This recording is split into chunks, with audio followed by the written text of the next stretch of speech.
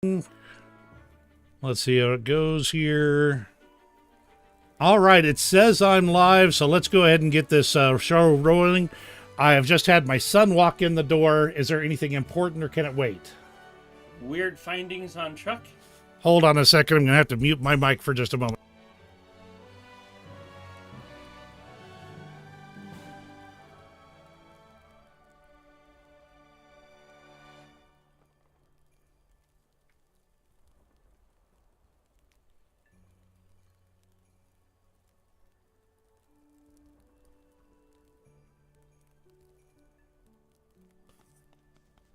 All right, sorry about that.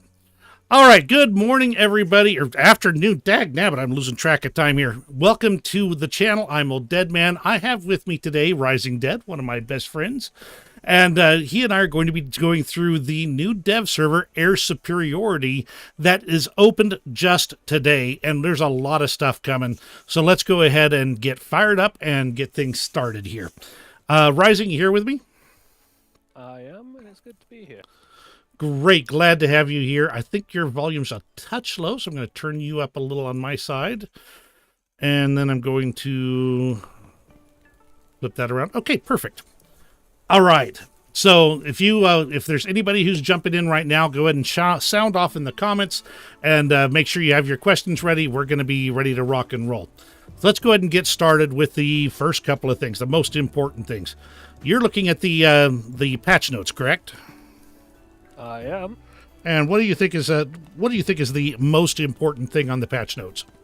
I mean, there's quite a bit to pick from, depending on what your favorite nation is and what your favorite thing you tend to like to do in War Thunder. But for me personally, it would be the F-15 and the vegan. F-15 and the vegan. Okay, so I've got the F-15 pulled up on my screen here. As you can see, this guy's, now my crew, in fact, I don't have it crewed yet at all, so these are all stock numbers at 2,505 kilometers per hour top speed, a turn time of 21.2 seconds, and a rate of climb of 266.1 meters per second. And it does say a takeoff run of 750 meters. It can get off the runway fast. Now, let's go ahead and take a look at the secondary weapons on this guy. It has AIM-9Ls and AIM-7Ms. It does also have an AIM-9M as its upgraded air-to-air missile for later. And that is an all-aspect infrared missile, so there you go. Then you got the normal mix of you could have a drop tank, snake eye, retarded bombs, regular bombs, incendiary bombs, a GBU-8, and, of course, 2,000-pound bombs. So it's got a variety of both ground and air ordnance options, the F-15A. What are your thoughts, Rising?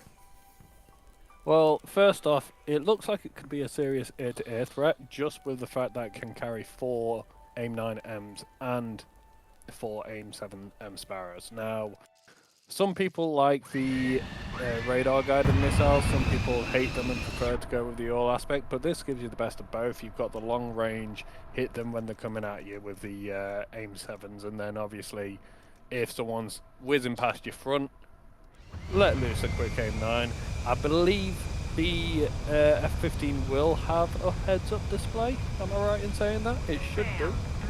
I think it should, but I think for some reason I was told it was not available yet.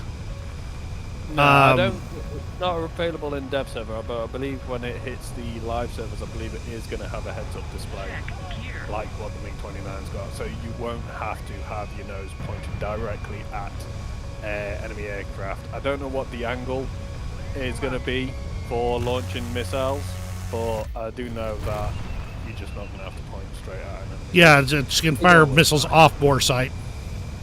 Yeah, it's always nice. But, by the way, I have noticed even without having it on a crew or anything, this thing will pull 11 Gs easy. No issues at all. Now, the other thing is, I mean, its bomb load, whilst the Aardvark is truly the king of bomb loads, the F-15 is not too shabby. I mean, for ground RB, 15 500-pound bombs, if you can place them especially if you're using the snake eyes. If you can place them, come in low, come in fast, place two, drop 2, 3 at once, you're going to be getting quite a few kills, carrying 18 of those. Absolutely. And you can carry a full bomb load as well as full air-to-air load out. Yeah, they're different pylons. Yeah, as long as the weight permits it. I don't know what the weight capacity is for, the weight limit is for the F-15, but I know it's pretty high. I don't know what they've got it set at in game at the moment. Yeah, I don't know for sure what it is in game either. However, I've got it in the test flight right now, and it is responding quite nicely. It just told me to pull up, and I forgot to bring my gear up initially, and it was saying check gear on me. So, I mean, the Chatty Cathy there is it's actually got a different name, something Betty, which I'm not going to say. But it's definitely paying attention to how you're flying the plane and what you're doing. And I am easily overloading the pilot far before the airplane is having any issues at all. Yeah, I do like the fact that they brought Betty into the game. I do like the fact that it actually works properly and it's not just a placeholder. It actually works for your varying altitudes, your varying functions that it would work like in real life. So it's going to be annoying for certain, for definite, but sometimes it's also going to be helpful because the amount of times I've been in a circular dogfight or something like that, getting close to the ground, and you just don't realise how close you are when you're doing that vertical loop and you're still looking up behind you. Oh yeah, and it's like ground or something like that. Instead of stuffing it into a tree or something like that. Yeah, say hi to the squirrels. Exactly. Now, earlier when I was test flying this thing, I actually just poked and pushed the nose straight up and hit the afterburners. I got to about 13,000 meters before I had to kind of pull out and level off. So this thing will climb like a monster. And right now I'm... Those engines are absolutely insane. Oh yeah, and they're going to slurp fuel like crazy under afterburner. Oh yeah. But that's the reason why I bring 3 drop tanks. You know? Exactly. Aircraft, I only need 2. F-15. No, nope, all of them. Yeah. All of them. I'll just take that hangar of drop tanks and then you just order some more for the rest. And there I am. I'm at 13,000 meters already. I can't imagine it was more than about a minute. It really moved to get there. Of course, I'm now at a tremendously bad angle of attack and a slow speed for this altitude. Even it warned me that I was at a bad AOA too. There we go. So yeah, you can absolutely be a monster in an F-15. A good quality pilot absolutely will. Are you able to test fly this one? No, you're not, right? Not the American one. I don't think I can test fly the Japanese one. Nope, it's locked behind that Lemon Phantom that I never decided to go get because I was too focused on the F-16. See, and I got the Phantoms, but I don't have the F-16s. I actually researched the ADF. I think it is F-16. Dang it, getting enough numbers there together. I researched it, but then they added another airplane between the ADF and the next airplane down, the F-16C, I think it is. But that's in a subcategory now. So. Unfortunately, the one I researched is the one that was foldered, not the one that was the core. So. Oh yeah, I know. I'm halfway through researching the ADF, so I know the feeling. There's your 11G overload. Woo! This plane, if they haven't screwed up the flight model, this is going to be a monster. It turns like crazy and flips over and just really good at what it's doing here. But then again, you'll black out your pilot so fast, it's hilarious. So, absolutely great plane. Any other thoughts on it before we move on to the next item? I kind of want to do a fly off against the F-16 and the F-15. I mean, we all know who's going to win in top speed and everything like that, but I just want to do it anyways. But other than that, no. All right, well, then we'll go ahead and move on to the next thing. What's the next thing on the list? Next thing on the list, are we staying within US or are we going to prioritize? Which ones? Let's go into the next priority item. You said vegan, right? Vegan. It's got to be the vegan. Sweden. JAS 39A. I mean, until the Typhoon gets in the game, this is going to be my baby. All right, I cannot fly this. I am nowhere near that. Can you? Unfortunately not. I am one aircraft away. Story of our lives, right? Yep, story of our lives. Let's see. Now, Well, this one's got a 2138 kilometer per hour top speed. Turn time of 24.1 seconds, though I think that's not accurate. It probably is if you did an entirely conventional turn. Yeah. Let's see, 194.5 meters per second climb, which means it doesn't climb quite as well or turn quite as well in a conventional turn. But a shorter takeoff run, only 500 meters. Yep. I have a feeling that it's going to have an insane acceleration. Maybe not the same as an F-15 that's unloaded, but an F-15 that's half loaded. I think the Vegan could probably keep up with it, maybe. Yeah, but how much load could you carry and still keep up with an F-15 that's partially loaded? Oh well, that's completely different. I mean, your loadout doesn't even it doesn't even compare to the F-15. I mean, you still get 1,620 kilogram bombs, but that's nothing compared to 1,800 pounders. Oh yeah, or the set 3 2,000 pounders or any of those combinations. They do have the R-74M air-to-air missiles and RB-74s. And RB-71 dogfight missiles as well, which gives you the radar capability. Unfortunately, very nice. You can't bring 4 of each like the F-15, so you are slightly worse off on your air-to-air payload. But you've got to remember that the Vegan is a dogfighter. It's air superiority. It's designed to go toe-to-toe and dogfight with enemy aircraft. Yeah, there's also the point that you can still carry 6. I mean, the difference between 6 and 8 in War Thunder is not as vast as you might think. Not unless you get down to the wire where it's you against one other person. Sort of exactly, and then it's a matter of, yeah. At that point, you're dogfighting. Pretty much. Unless it's 104. It's down to who can pull a good lead on the other first. It is a beautiful aircraft. Oh yeah, it is. I love it. It's so gorgeous. One thing I will say though is it does actually have something that makes me think it might have better ground pounding capability in realistic battles, and that is the paveways. It gets both paveway 3s and paveway 2s, GBU 16s and GBU 24s. So that's 2,000 pounds and 1,000 pounds laser guided. Very nice, very nice. The GBU 12s as well, if you don't want that weight under your wings whilst you're flying around. But I mean, if you're taking this into ground realistic, you're gonna want to slam a 2,000 pound bomb into someone. There's no point. You're not really gonna, you know. Well, you can always just ditch the missiles if you have to in order to dogfight, which you'd have to do no matter what missiles you were carrying. Yeah, and that's something that I do like that they've brought into the game now is you do have a key bind to drop your rocket pods, your bombs, and your drop tanks and all your ordnance without actually having to fire it off.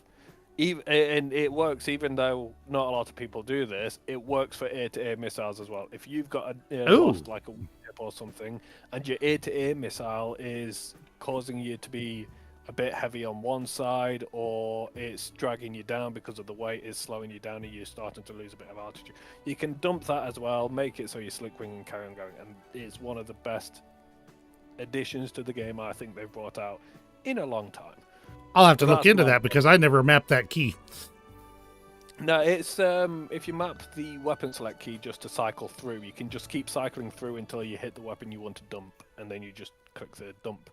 I can't remember what the keybind's called, but it's basically the key you dump to dump whatever weapon you've got selected. Cool. I'll have to look into that at a later time. But yeah, this is a beautiful plane. What's your next item that you think is important? Oh, now, personally, and a lot of people aren't going to agree with me here, but personally, it's going to be the Yak 3 cockpits. I love it when Why? Because I love it when they actually do a model update on aircraft and vehicles. It makes them look nicer, it makes them look shiny, it makes them look more realistic. But aircraft, one of the things that aircraft has, and a lot of aircraft that's been in the game for a very long time still suffer from this issue, is that the cockpits Low poly are count generic- cockpits, yeah. Yeah, generic placeholders. So when I see a aircraft's had a new cockpit update or something like that, it's always like, oh, that's going to be me flying around in that for a bit, you know, just appreciating the artwork and the realism of it. And it works great if you're in, if you're lucky enough to play VR. If you've got a VR headset, or you've got something like a head tracker and you play sim, it just makes it that much better than a low-res placeholder, you know. So, I mean, it's like the AH-1G when they brought out an updated cockpit for that. Flying around even in realistic battles, flying around in the cockpit in that thing is so much more fun. It's so much better than it was when it had the low poly placeholder. Just because it makes everything look better. I agree, and the thing is, if I did more sim time, it would absolutely be something I would be very interested in. I just don't do enough time in sim to really appreciate it. Yeah, me too at the moment. But that is a gorgeous cockpit. I'm flying in it right now, so... Yeah, I'm just about to have a look at my premium Yak 3 VK. Yes, I went there ages ago. I bought it. Don't hate me. I don't love it. I love that aircraft. It's basically a Yak 3, but freaking instead of having an engine powered by like a horse or 2 horses, you got a raging bull that's just angry at you. But I mean, in fairness, it's not that big a deal to most people. It is to me. It's not that big a deal to most people, but it's not that hard either, seeing as though most Yak 3s and Yak 9s share the cockpit. So there's minor differences between each cockpit, but I mean, even the reflex sight, you know?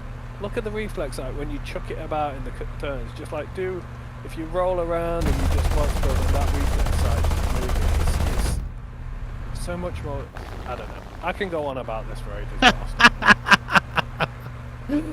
Yeah, I don't often address the cockpit changes just because it is it's not something that most people even see because they're playing in either arcade or realistic.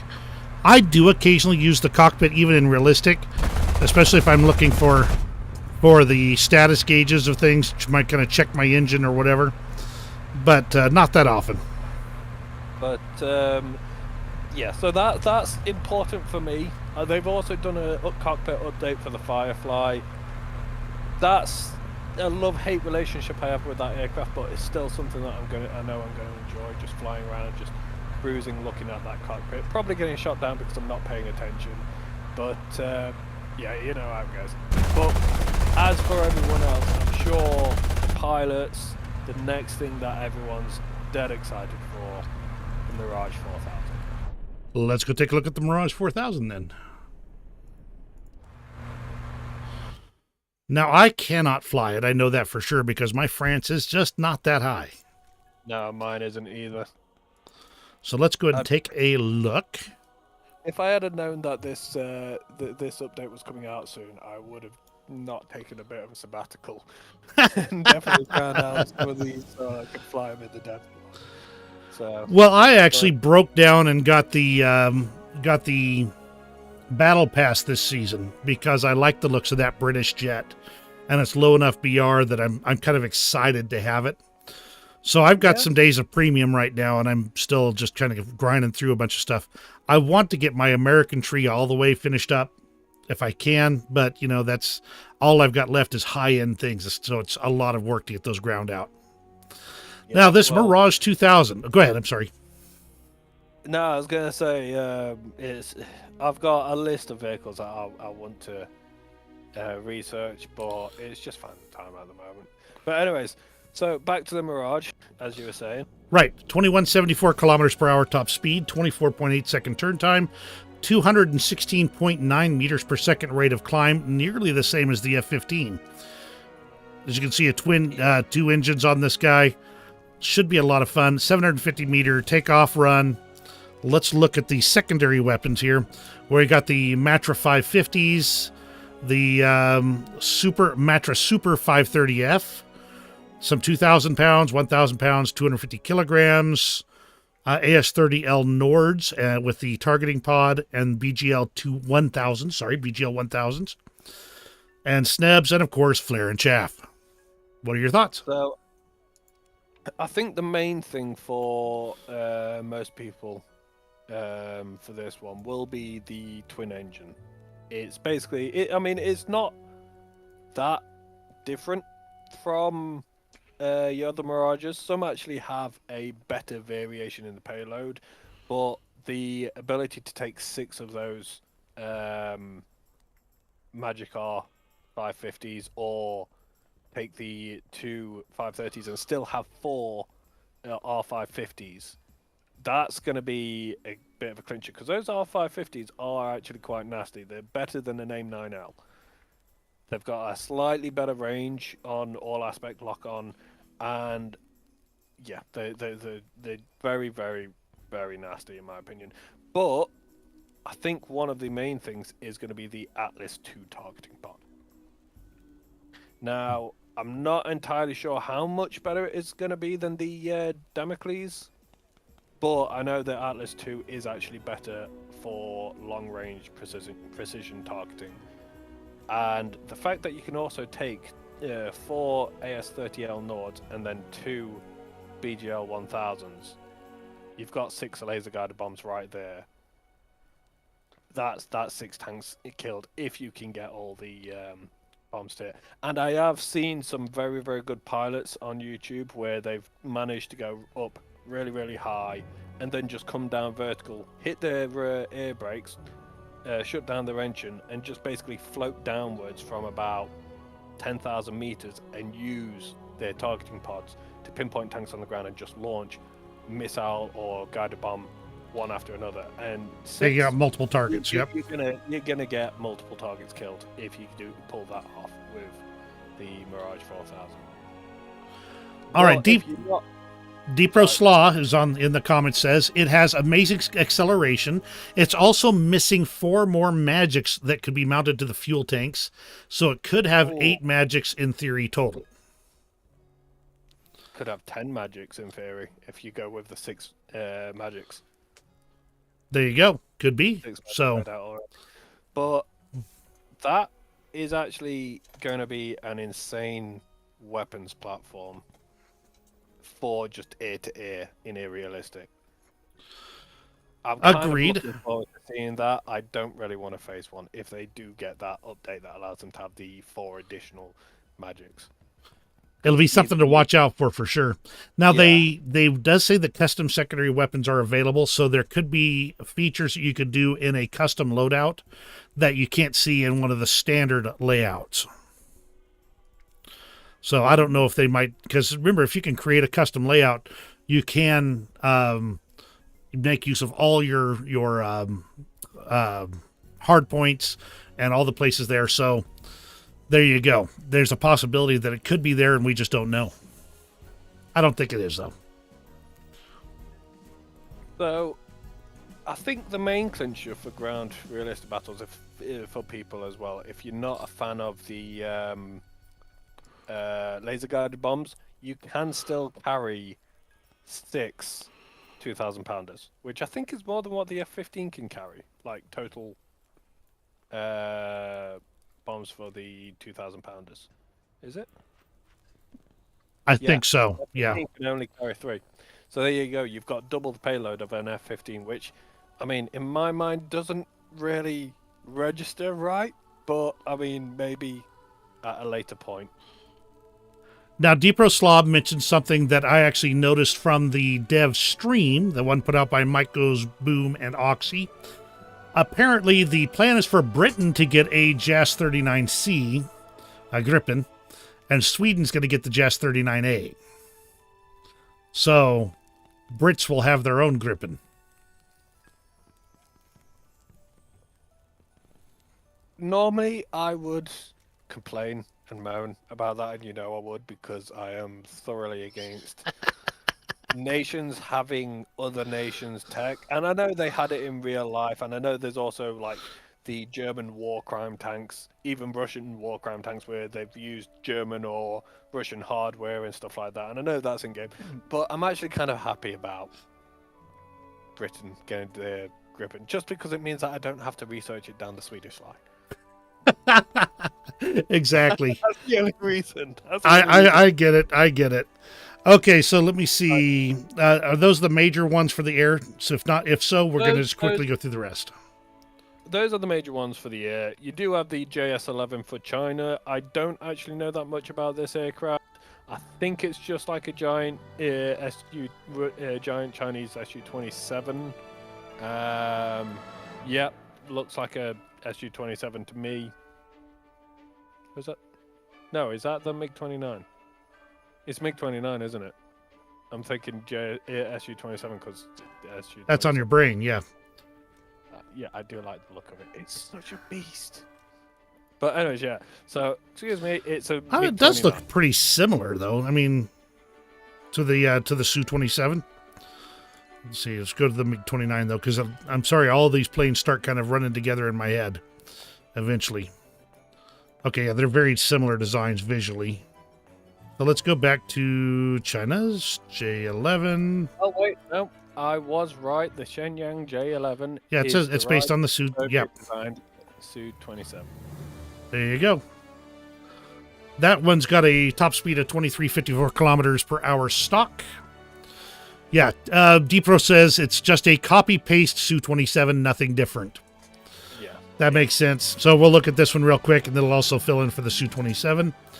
25.3 second turn time, 160.5 meters per second climb, 750 meter takeoff run, and loadouts, R-73s, R-27s, OFABs, Fab 500s, ZB 500s, that's their incendiary bombs, retarded bombs, S-250 rockets, 130 S-130s, and S-8KO rockets.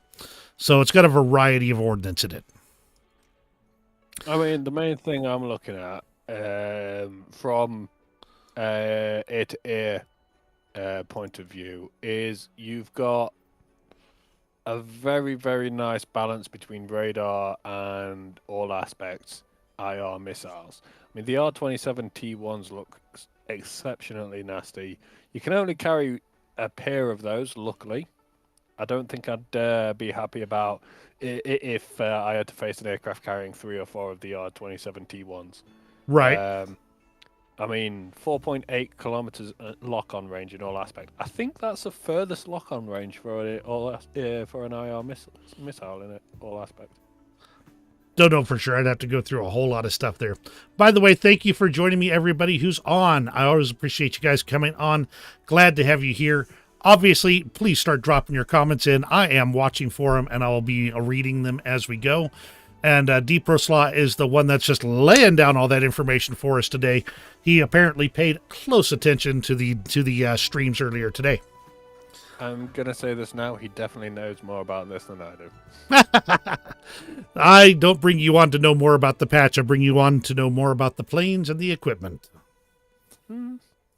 Which you usually do. Okay. Do, yeah. So let's see. There's the F-15J for Japan. There is the Tornado IDS WTD-61, which is just another Tornado. That, as far as I'm able to tell. I believe the only other thing that they've put out for aircraft so far is that all the PBYs are getting a model update. Yeah, PBYs are getting a new model, and that delights me to no end. Just because I love the PBY, I've got good memories. Good memories. I tell you one thing right now, the wing seems a lot thicker than I remember it being. Holy moly, they moved the Tornado IDS from the Winter Quest last year. That's now a rank 8 aircraft. Yeah, They moved it down. Yeah. Oh, that So- means my price might go up on mine. I haven't used that to sell it. So. But I want to be able to buy an E100 the next time it comes up on the Gaijin market. You might need a few more things than that. I've got the FX279, so don't dismiss me yet. I might be able to get it. So the IDS WTD-61, I'm going to take a quick scan here and see if there's any visual or noteworthy differences. And this just is a fast scan. I'm not going to be like, oh, let me look at every single number. I believe this is actually just the same as the Tornado IDS. It's just a specific squadron vehicle and has squadron colors. Yeah, that's what it appears to be. WTD-61 is its tail number, I think. Yeah, I'm pretty sure. Although it is 11.0 and not 11.3, like the IDS Asta one. Yes, but it's the same exact BR as the Winter Quest one at 11.0. Yeah. Which, by the way, before we move on from aircraft, I think we'll take a quick scan and just see what is in rank 8 for aircraft.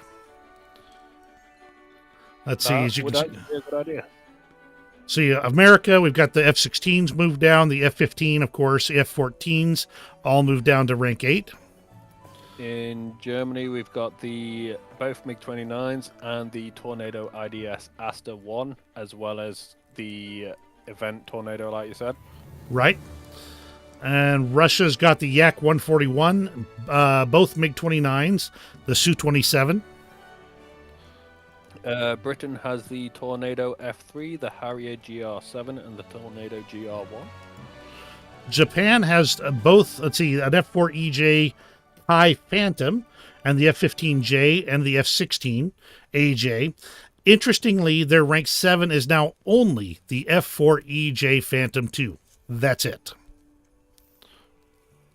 So China has the F-16A MLU, the J-8F, the JH-7A, and the J-11.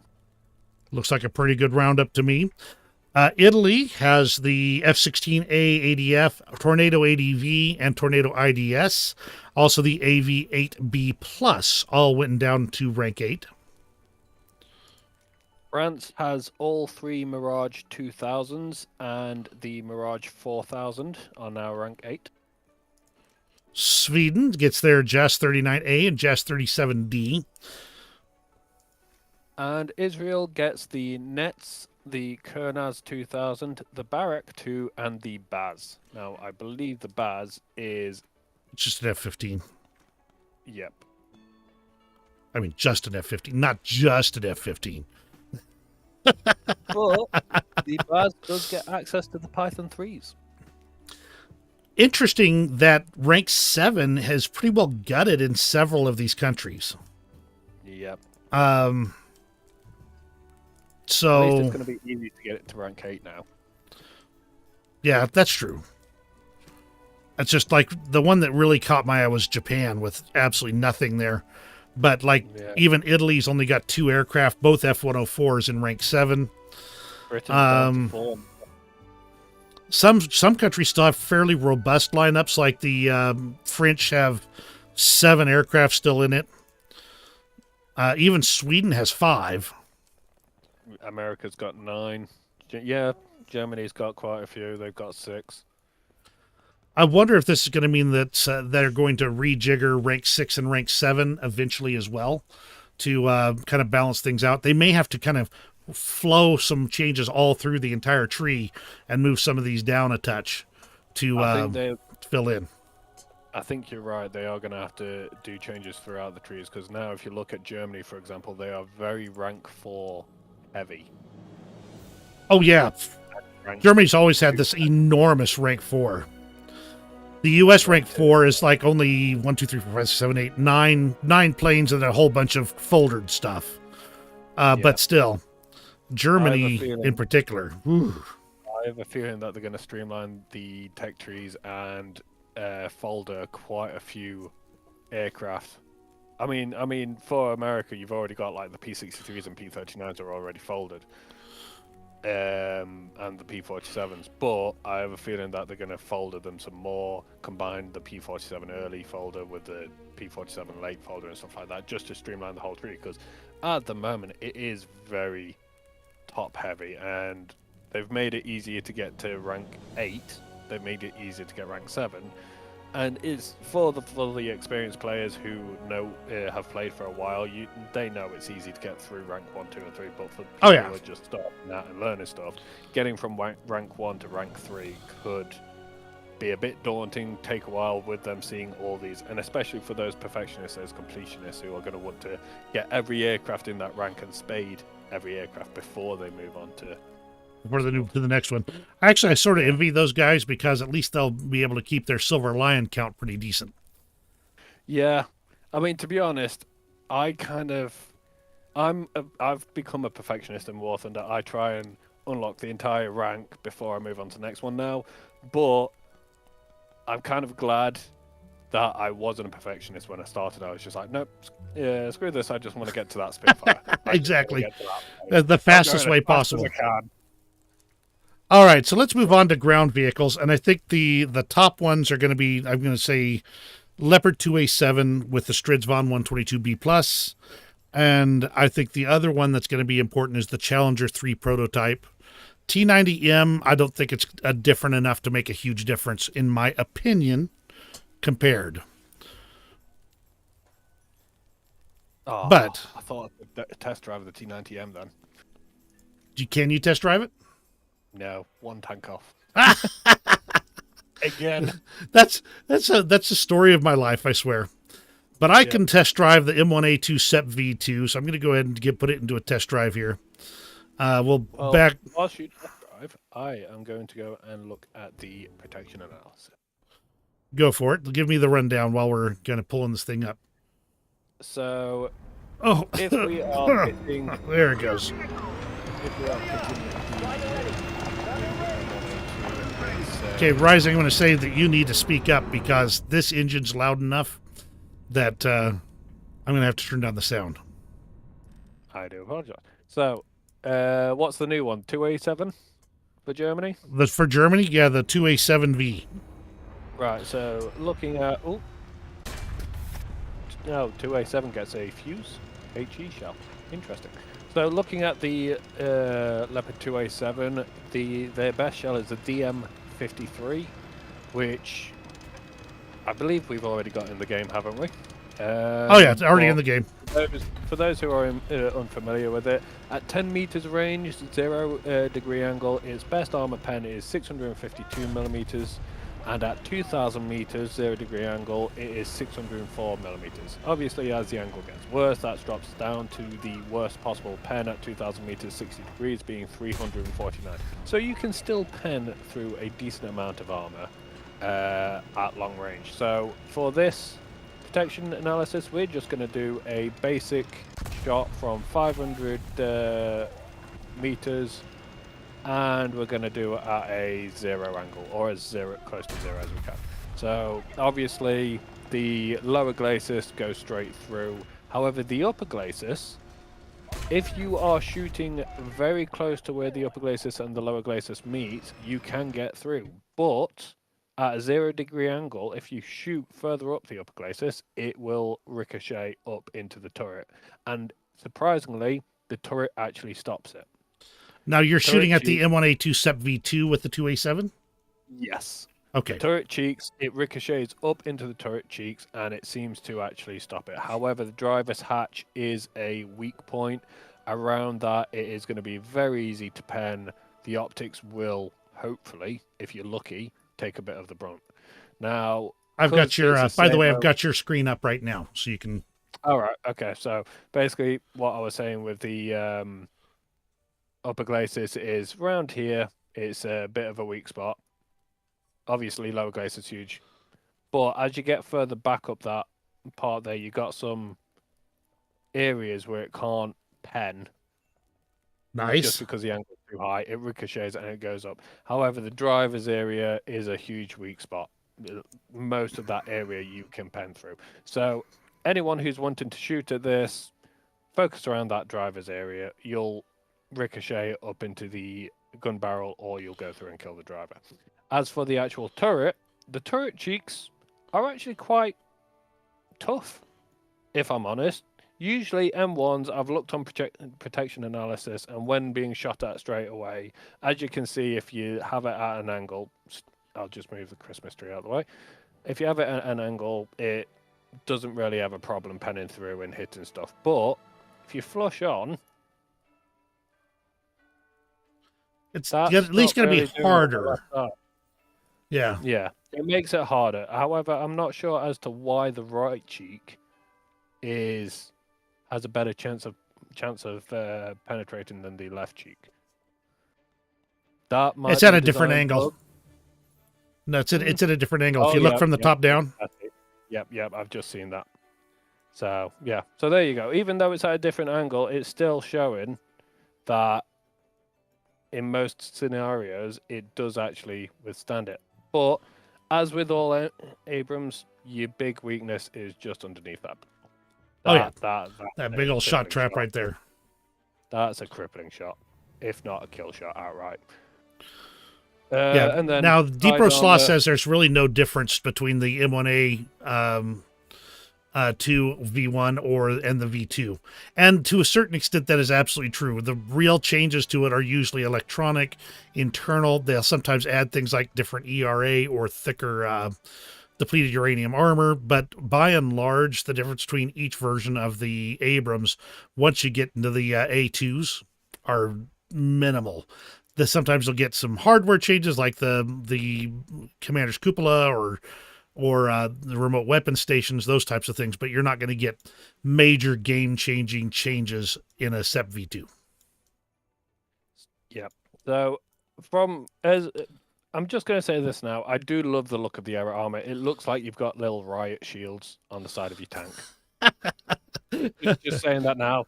But unfortunately, that's not going to hold up against a tandem warhead. Oh, no. As you can see, it's just going straight through no matter where I place it. Yeah, so, no, those things, they're there for things that aren't really intended to fight tanks. Yeah. I mean, against the heat FS, that will be good. That will save you against the heat FS. But against any tandem warhead missile or any top-down missile as well, it's not going to really do much. But True. Okay, so let's go ahead and move on. We kind of know what to expect out of an M1A2 tank at this point. Already quite familiar from already being in the tech tree. Let's see, Germany 2A7AV. I'm going to hit the preview here. Let's go ahead and... Why is the tank blue? I don't know. I'd guess the model's not done yet. No, but I kind of like it in that blue. If I know what you're saying, yeah. It looks like something out of a futuristic computer game. Seriously, like something you'd see in like I don't know, Warhammer maybe. It looks like. Do you know how you have the supercar dealership? This is a tank dealership. Here you go. You can have this tank, and it comes in these colors. You can have it in woodland camo, desert tan, or the purple. You won't miss it on the battlefield. I think I'd take the purple just because it looks nice. It looks really nice. It really does. Look, people won't want to kill you just because of how nice you look. Exactly. It'll give them a hesitation. Now, it could be that they're laughing so hard that they forget where the trigger is on their gun. But either way, it still saves your life. Whatever advantage I get.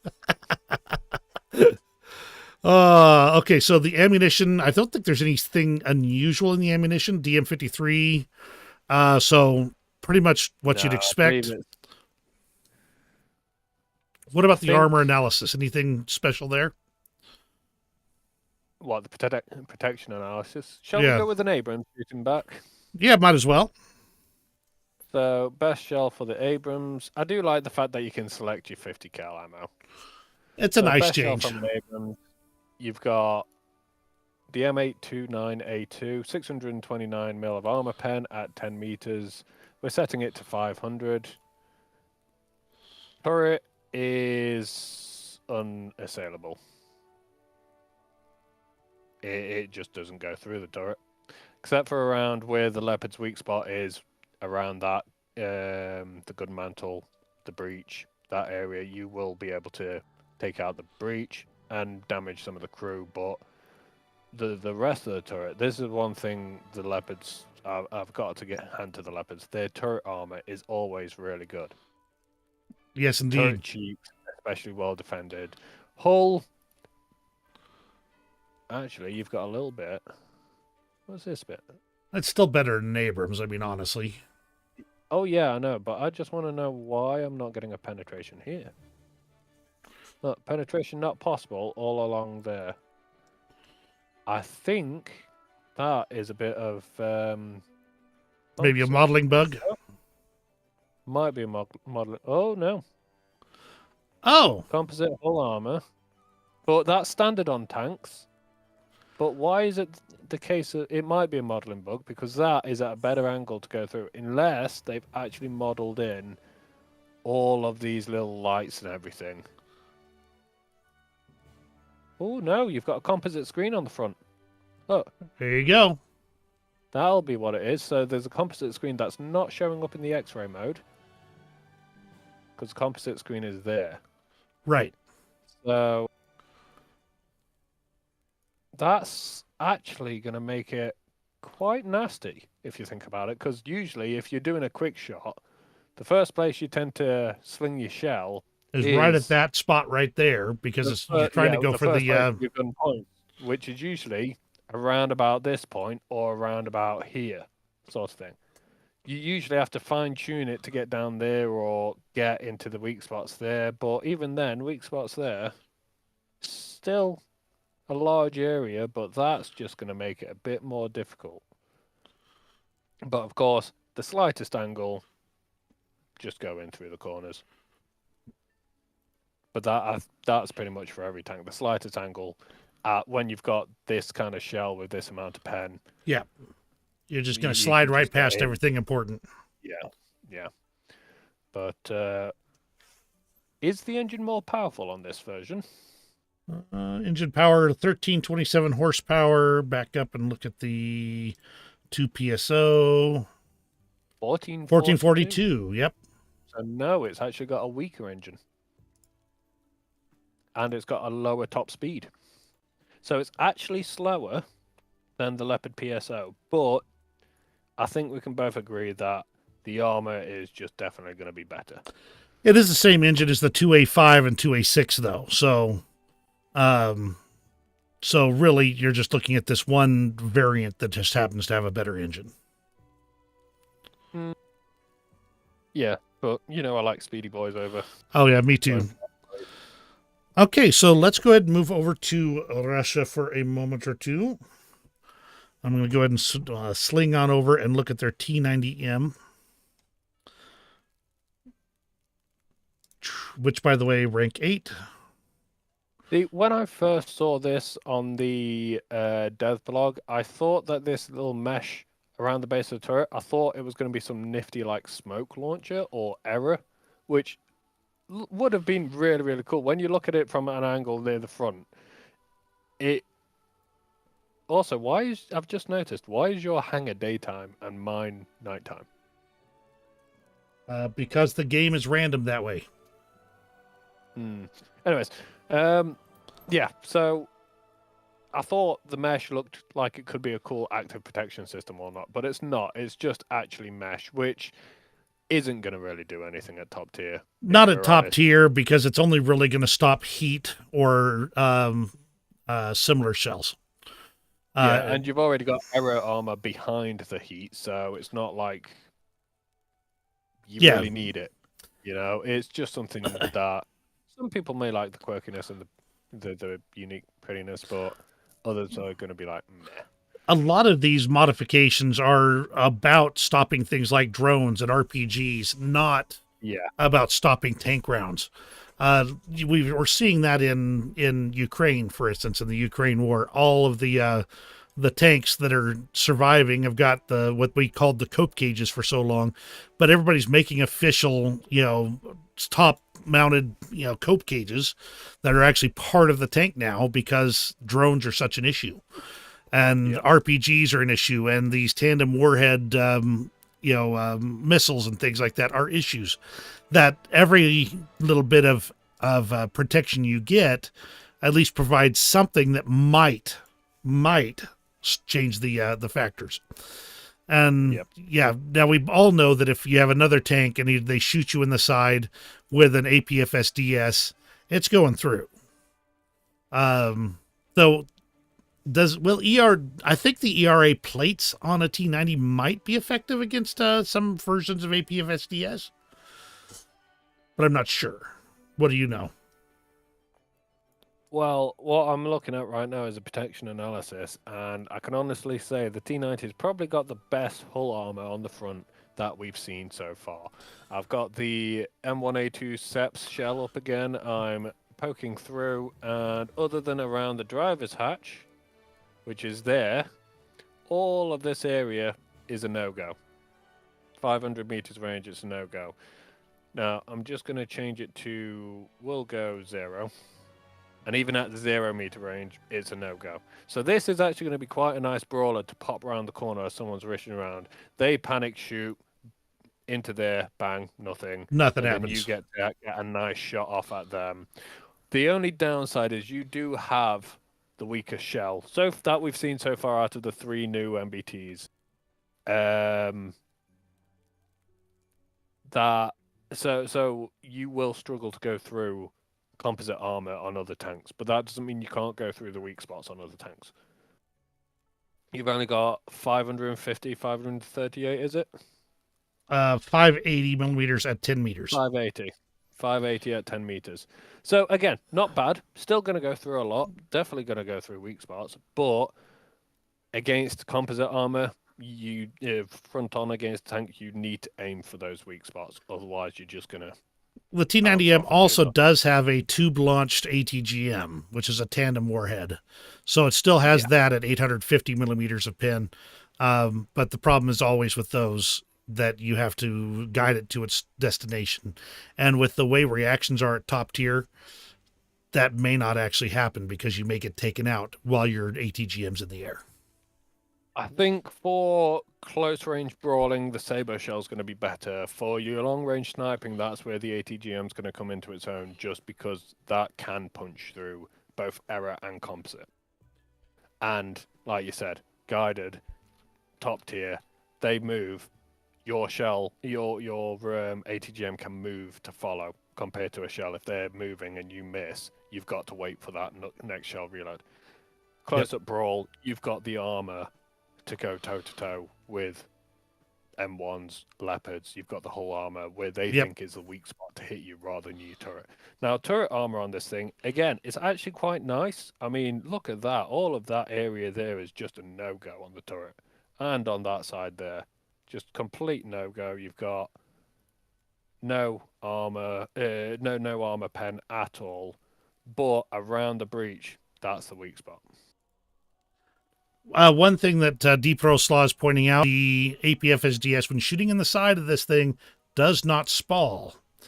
And that is not realistic. There should be spalling going on when you shoot the side of one of these tanks with an APFSDS.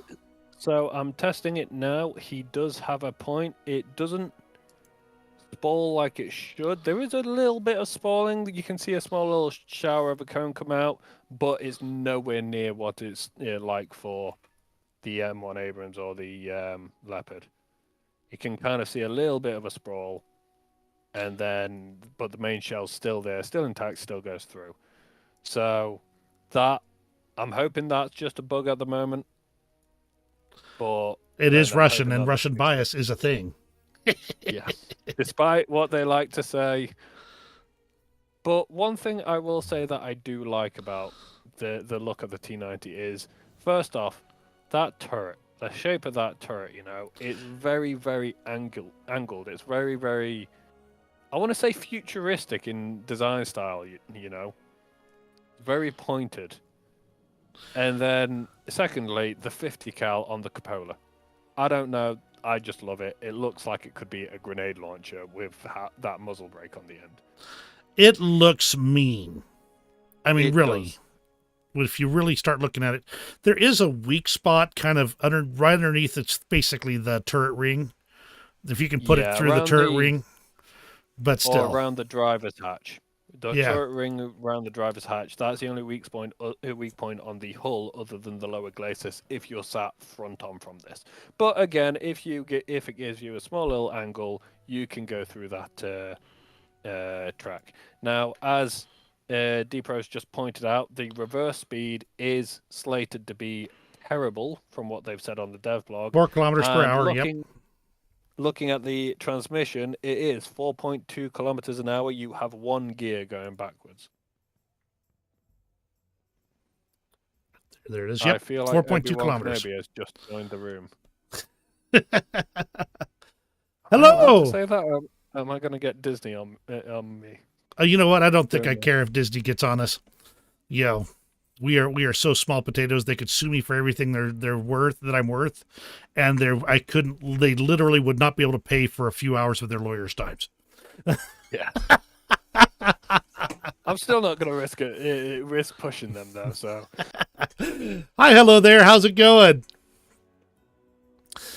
So that's kind of the summary on the T90M, and I agree. I think that it's going to be unrealistically beefy, because I think the lesson that we should take out of Ukraine right now, and I hate to keep referring to it, I just happen to be familiar. The lesson we should take out of Ukraine is that the Russian tanks are not as stout as they pretended they were. And I'll leave it at that. Okay, now you know about the Challenger 3 prototype, right? yes, Talk. I've been waiting for this. I know you have. So, the Challenger 3 prototype was an attempt to basically standardize the British ammunition in line with NATO. Because, as quite a few people will know, some people won't, us British have always prided ourselves on accuracy of our tanks. So we've always used a rifled barrel for our main guns. Now, the problem is quite a lot of European countries and America like to use smoothbore guns, and the ammunition is not compatible.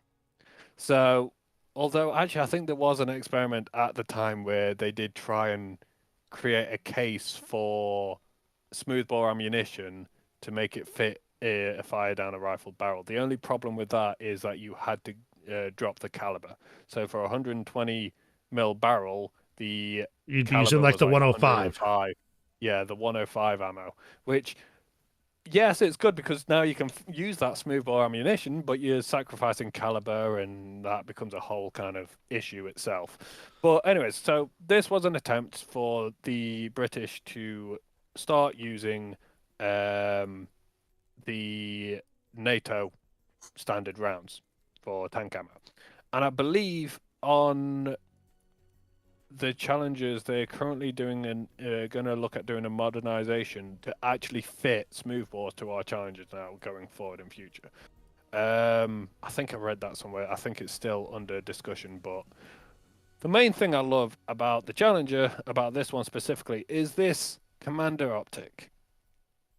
That is going to be, and I mean, so many people underestimate the ability to look over a ridge. You know, so many people underestimate the ability to peek at enemies without actually showing yourself, so that you can know exactly where they are. Squad mark them to your friends, you know, or just watch their movements, watch for when they turn that turret and then pop up. This thing has that amazing ability just with that commander's cupola. And the best thing about it, the commander's cupola has thermal vision.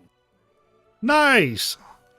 So, and I don't know if I haven't checked actually. I thought I should have checked the Americans. Maybe you can do that now. But I don't know if any other tank has thermal visions on their commander's view yet. Yes, there are some tanks that have commander's thermals on them. I believe the Abrams is one of them, but I can double check that real quick.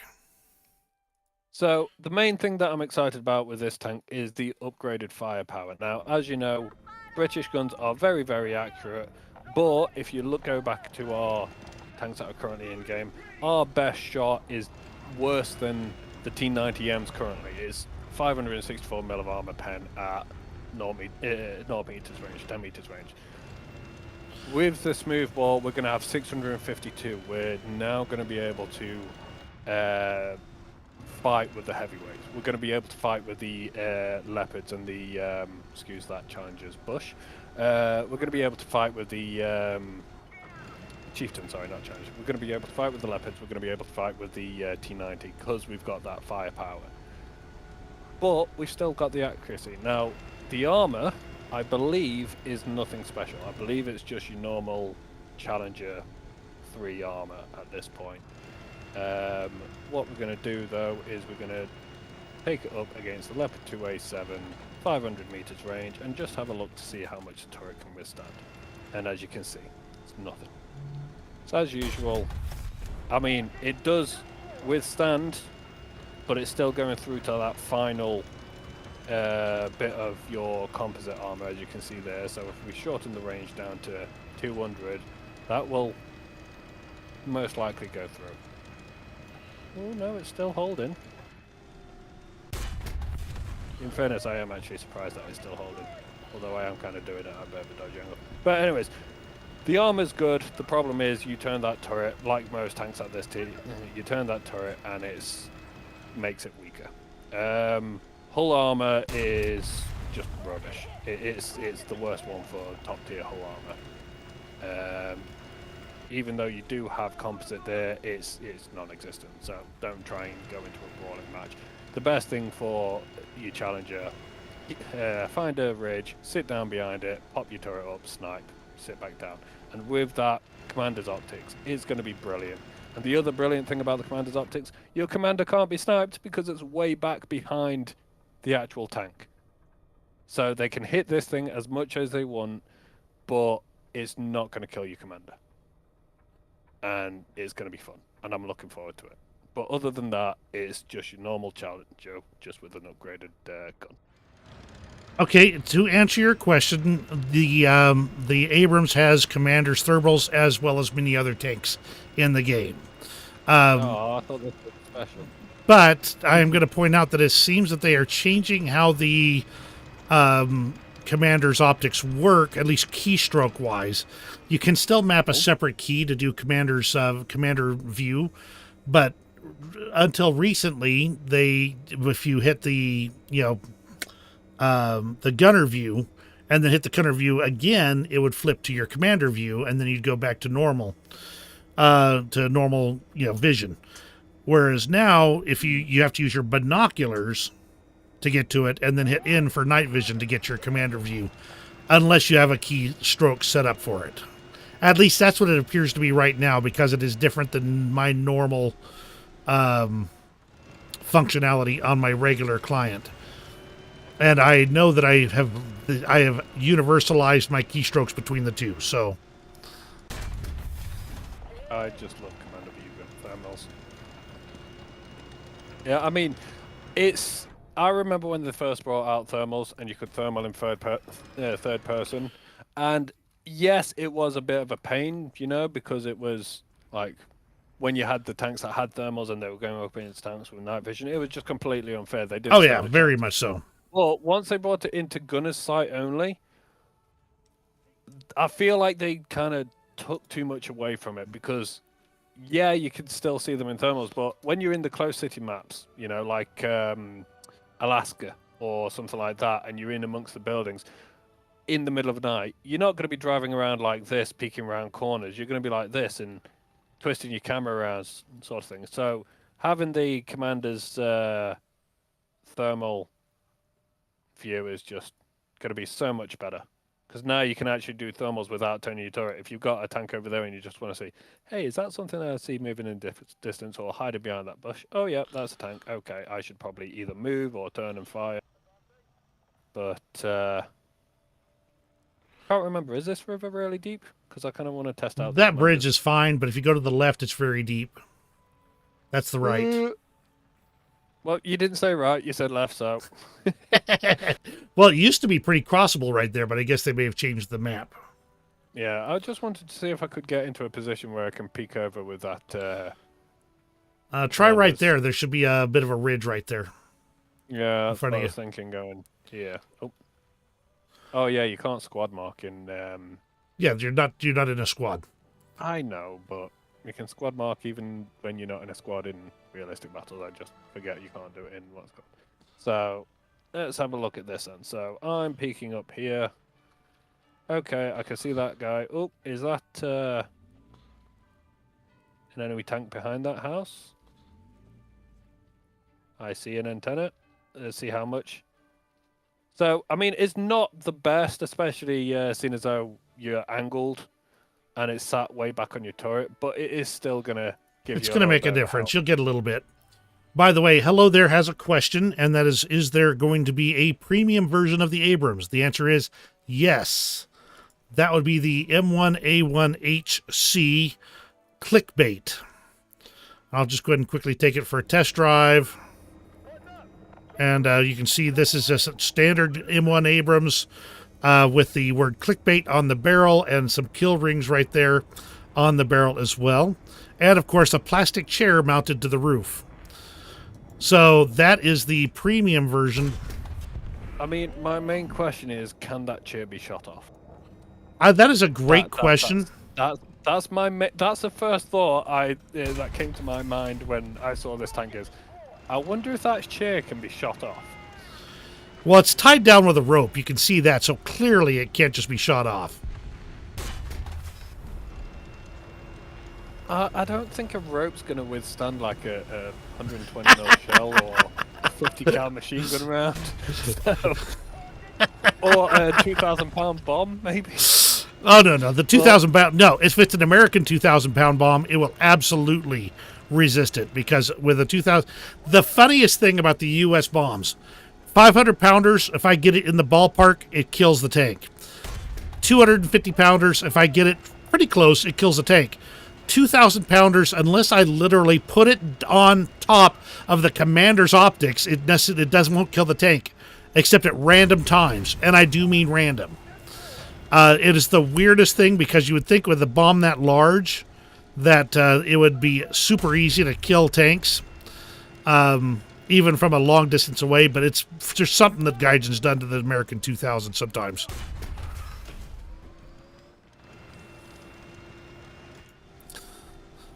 I think they're metric people, and they don't like saying pounds. Yep. Oh, the plastic chair is already a meme, but it's from like a couple of years back. There was a game that I don't remember the name of it. Something Devil May Cry, maybe, or something like that. They had a scene in there where the one of the people was sitting on top of something, ship or something like that. Somebody went through and redid it with a lawn chair that he was sitting on instead, a plastic chair like this one.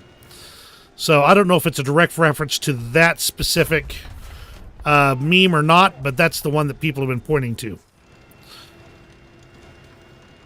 Okay, so that's the M1A1HC, which is a perfectly good tank. Just this one has a plastic lawn chair on top. So I believe if we keep on going along the nations, the next one I believe is Japan, and I don't think they're actually getting a top tier tank. I believe now they are getting a rank 5 7.0 big derp gun, and it's the longest barrel I have seen in my life. that's interesting, because I don't see it on the patch notes. No, I noticed that, but when I checked the nation, Type 99, huh? Rank 5. Somebody's compensating for something. Test drive. Yeah, I'm going to avoid from making any comments. Hi, Ruben Jensen. Glad to have you here. Yeah, Doing just fine myself. Okay, so let's get lined up here, and that is turret rotation is slow, but you can understand with just how big the barrel is. It's the enter the M109. Ooh. You know something? Actually, looking at the barrel, it looks like they've put an extender on. If you look at the barrel sideways towards the end, it looks like they've shoved like. It looks. Do you know what's these? With the muzzle brake. No, what's those? Like, do you know when they used to load your cannons and stuff, and they'd shove that rod Muzzle down loader? to- Yeah, muzzle loader. It looks like someone's got a giant muzzle loader and then left it in the end of the barrel. And that is the rest of the barrel.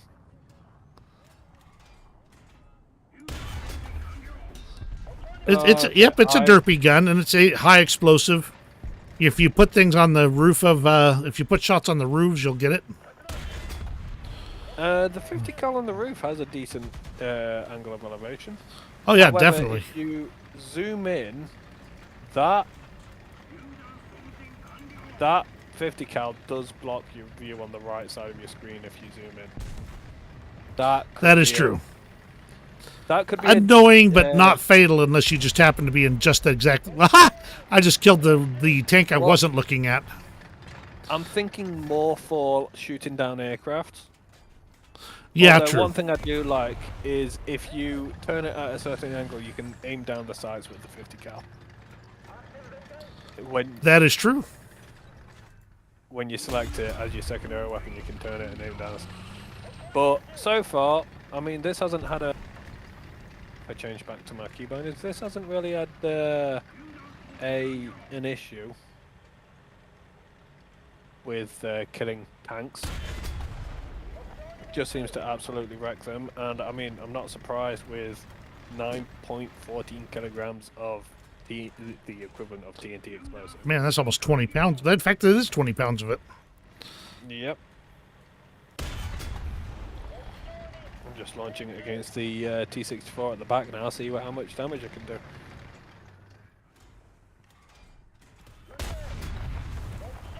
Oh, wow.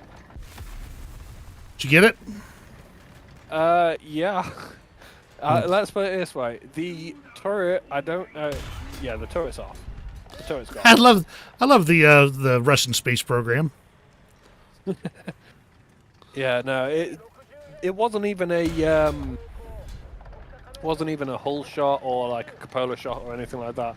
The shell landed just where the barrel and the turret meet, so just above the front of the breech. Right. Just wiped out the whole tank. Now, it drives about like an M109, though. I mean, it's not. It's fine. And the reload rate seems to be pretty fast. Yeah, it's quick to say you've got that ginormous gun. The only downside I'd say is turret rotation, but when you can spin your tank around that quick. Yeah, it's agile. It's even got good hull rotation on the spot. Oh my heavens! If you park it next to the T-64 at the end, you'll realize exactly how enormous this thing is.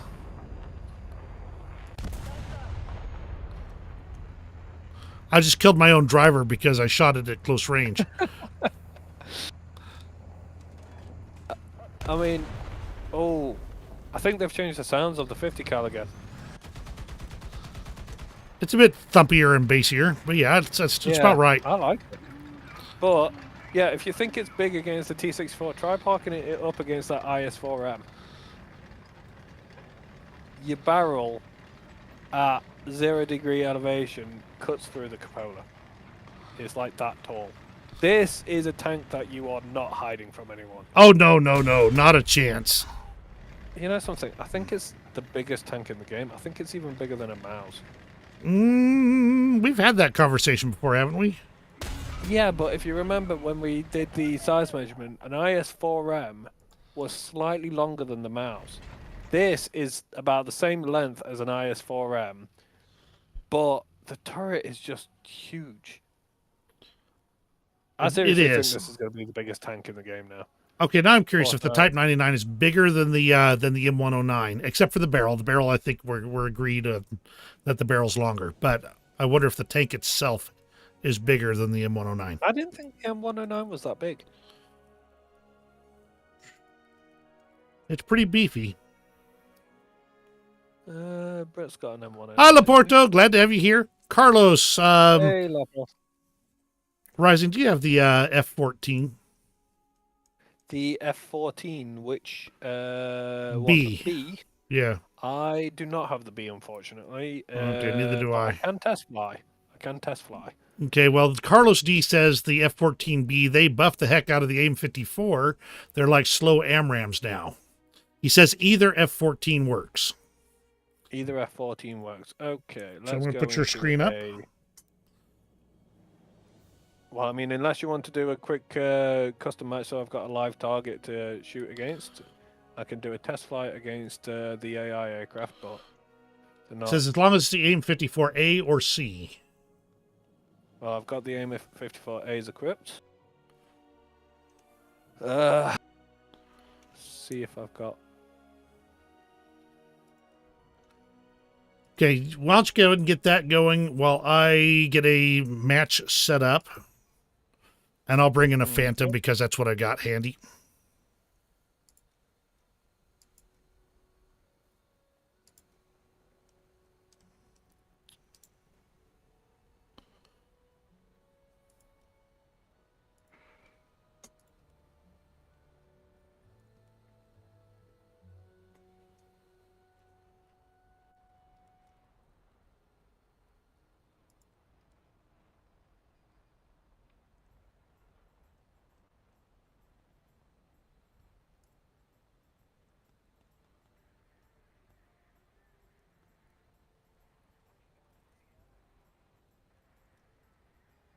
Ah, I've got it.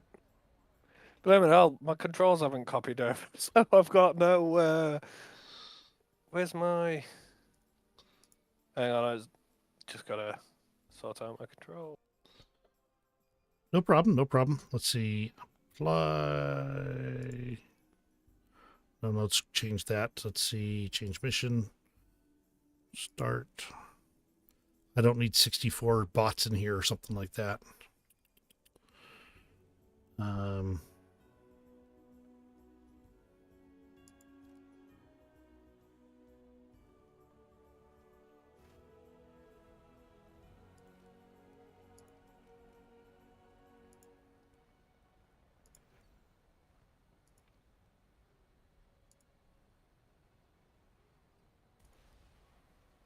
running away. I'm running. There. Aim 54 away. And how's it doing? It's doing quite well. It's just still slow. Yeah, that's true. Still flying. We're getting there though. It's turning. It's basically I've got the MiG-15 on the inside of turn at about 6 kilometers, 7 kilometers away. It just hit it perfectly fine. Now, one of the things that I used to encounter as a problem with the M54s was if you was trying to target a aircraft that was flying away from you, they didn't tend to trying to get a target lock on it was difficult. So I'd be interested to know if that's been solved with the radar as well. Because it always seemed, I mean, I know it's always going to be difficult getting radar lock on aircraft depending on what direction they're moving to you, at what speed they're going to you, and everything like that. But for some reason, I mean, if you look at my radar right now, I'm not even picking up this MiG-15. Carlos says you need to switch to non-PD mode for cold targets. Also, I've got that session ready for you. I've sent an invite to you.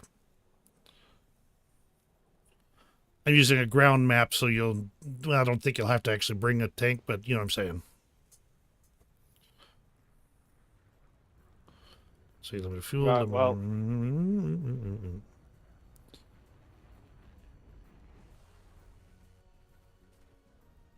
Right, okay. Switching over now.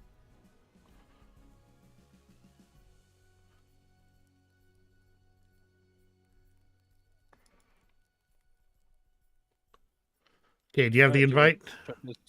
No, I apparently. do not. Well, let's start with adding you as a friend on the dev server. And I will put the F-14 in my lineup. It's not letting me invite you. Well, let's see if I can find your game then. Where is custom battles? Am I going? Oh, there we go. I am going blind. Right. Okay. Okay, I'm using Poland. I'm doing realistic. Poland. I'm just looking at Game Creator at the moment. See if I can find you. Ah, there you are. Found you. Right, ready when you are.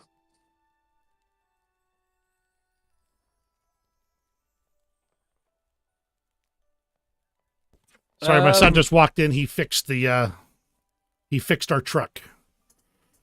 Oh, nice. Okay, let's ready this up and get this started. So, hello there's asking, should they add the F-22 and the F-35? I think there's probably enough information on the F-35, and it's enough publicly available information that adding it would be relatively trivial. F-22, on the other hand, has probably enough top secret information about it that the odds of you getting anything useful out of it, not so high. But then again, that's never stopped Gaijin in the past. Should they, on the other hand, I could absolutely see a role for the F-35. Not so sure about the F-22. I'm in the air. Yep, I got a target lock. Yeah, I noticed that. F-14 target lock. Let's see. It's all right. So I'm just going to fly level. I'm on my camera on the missile, just watching you flare. So, personally, I think they should not add the F-35. I mean, I agree with you on the fact that the F-35, it shouldn't be too difficult to, what's it called? Okay, and break. Oh, just dodged. The flares and chaff did nothing. I guess I only have flares on this one.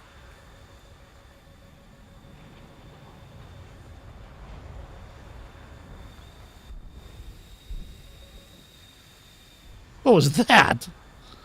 That was just me launching like 90% of my... Oh, your countermeasures? No, that was me launching 90% of my... Ordnance? Yeah, my Gotcha. aims. And then I blacked out. Yeah, unfortunately, you're also way more agile than I am. Ooh, that was close. Surely you had firing on me. Yeah, I was actually just going to fly alongside you, but I can shoot you down if you want.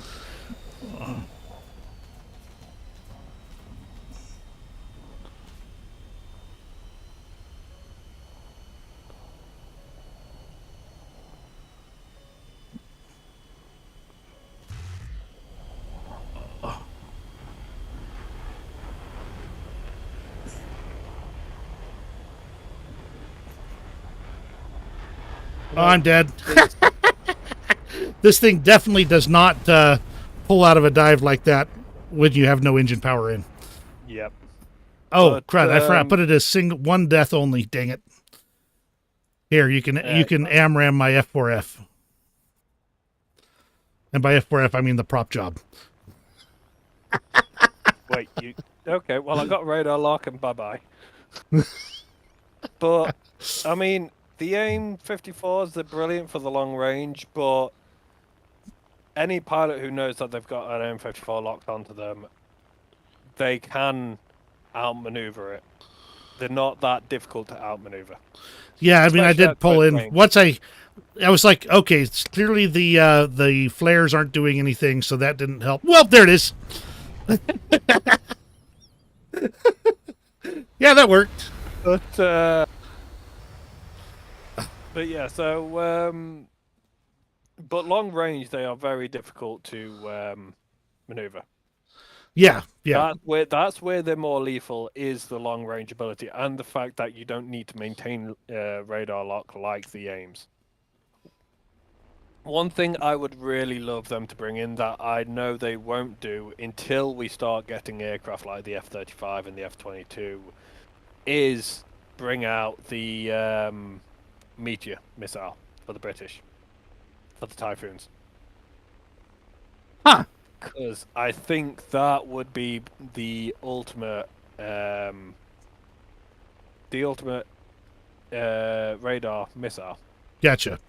All right, we do Just have a request to because- take a look at the F-15 again, and since we already looked at it earlier, I'm just going to take a quick glance at it again. So let me go ahead and switch over here, and yeah, we're going to quit out of this, and out of that, and we're going to go foop. The F-15A, we're going to hit the preview here.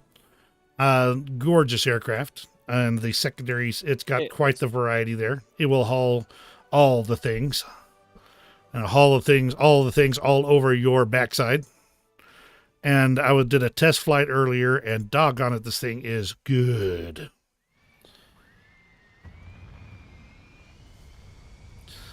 I'm gone to a test flight. Yes, I'm certain that that if we find enough top secret documents that we can hand over to Gaijin, and Gaijin will then ignore because they don't want to get the legal liability on that one. Yeah. No, I don't see any way they're going to be able to effectively do the F-22 except for with wild guesses at best. I mean, it's not like the top secret documents aren't going to be leaked. I mean, Oh, yeah. The F-35s, the Typhoon, the F-35. What was the Russian one that got leaked? I don't remember. I think it was one of the MiGs, and then you had the French one as well, didn't you? Yep. But I think that was for the Leclerc, wasn't it? Yeah, it was for the Leclerc. Yeah. Something about the turret rotation or something like that. Yeah, so it's gonna happen.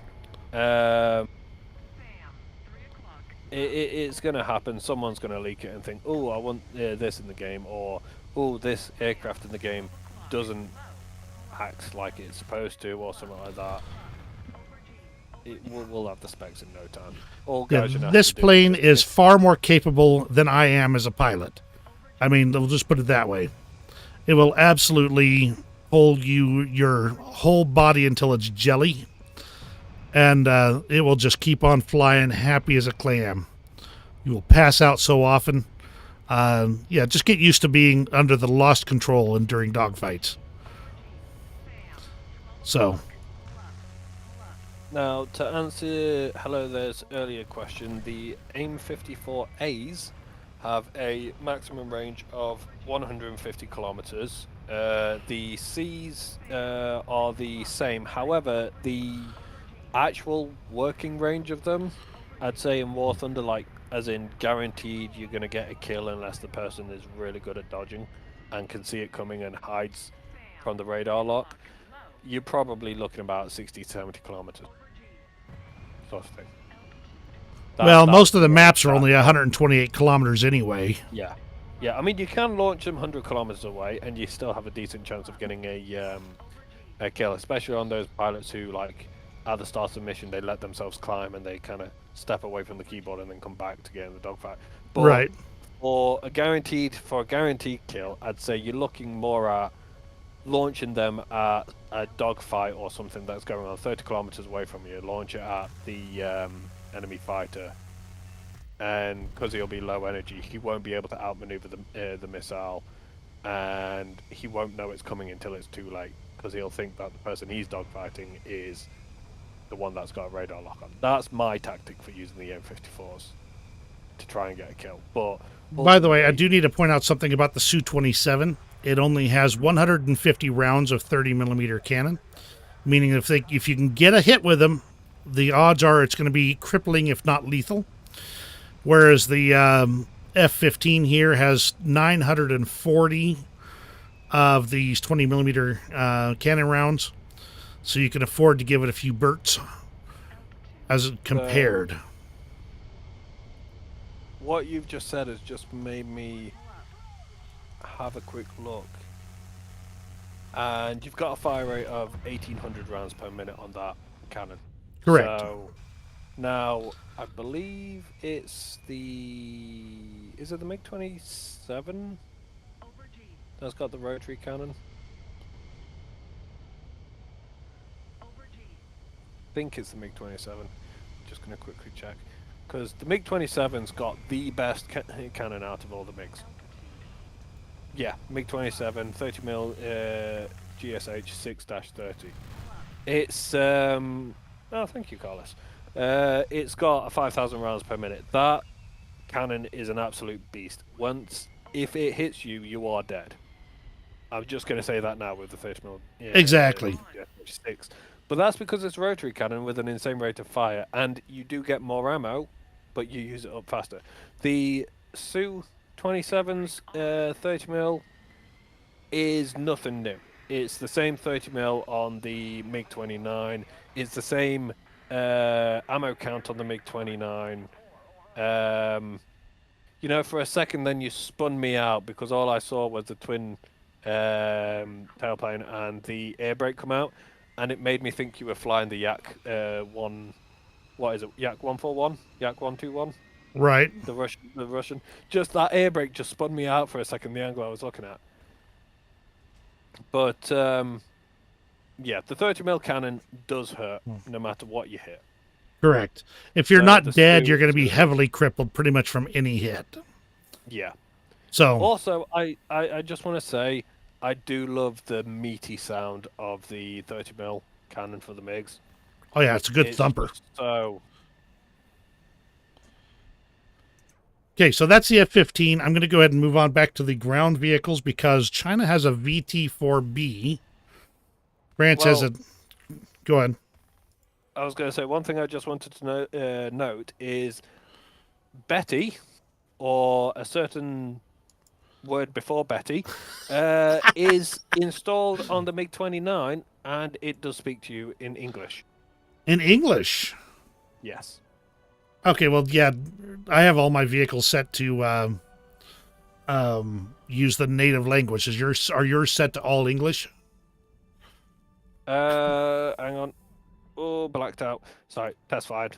Yeah, I use native language, but it's probably works in no, sorry, I've got mine to English. But if you turn it to native language, it'll probably speak to you in Russia. God, this thing is so maneuverable, though. I've got your screen up now. That's a Su-27. Now it is a flaming pile of scrap. That was a MiG-29. That was the MiG-29. Okay. Yeah. Yeah, good job. You managed to get that crash time perfectly within seconds of when I switched over to your screen. It was completely planned. Okay, so let's go ahead and move on back to ground vehicles. China. VT-4B. I am not familiar with this one. Rank 8, battle rating 11.7. We're looking at a 70 kilometers per hour with a 125. Does this get a bulldozer blade? No. What is that? You see that little purple thing underneath? I do see that purple thing underneath. It's showing up on the armor profile as structural steel, and They look like track right, links, to be honest. maybe it's like a winch point or something. Could be, because they do have those winch cables right there. I like the Western-inspired turret on this thing. See those similar to the Leopard covers for the turret cheeks. Yep. But as Lapo has just said, this is basically a modernized version of the ZTZ-99, which was the domestic Chinese tank. Looking pretty good, though. Basically, Yeah. the Chinese tanks at top tier do have a very nice look to them. See, And the engine's only again, 1150 horsepower, and the reverse speed's 14.8 kilometers per hour. So it's not as Already bad as the better than T90. Exactly. you do get a tandem ATGM 850mm armor pen, which I believe is the same as the Russian T90's tandem ATGM. Correct. Your APFS DS is slightly worse at only 577 at point blank range. But All right, Heldo there. Thank you very much. Bye, Obi-Wan. Hello there. Enjoy Yeah, I mean, enjoy come on. Counter-Strike, man. He's got the best. He's got the best name. He could just jump into the channel. He doesn't even have to type anything. It's just there. It's right there. Exactly. It's awesome. So, but anyways, I think just the reverse speed makes up for that slight 10 mil Yeah, off that on the armor. I'll I'd agree. much rather have 14.5 kilometers backwards than have 4. That's like going back into Absolutely. British territory. Well, I mean, it's like that Avenger, the video on the Avenger. You know, you get into trouble real easy. Getting out of trouble in reverse is not. Yeah. So, It does have laser warning as well. yep. So you can tell when someone's range finding you or a helicopter is pinging you with a laser. Which is Perfect. just all round helpful. Unfortunately, I cannot test drive this one. But protection analysis.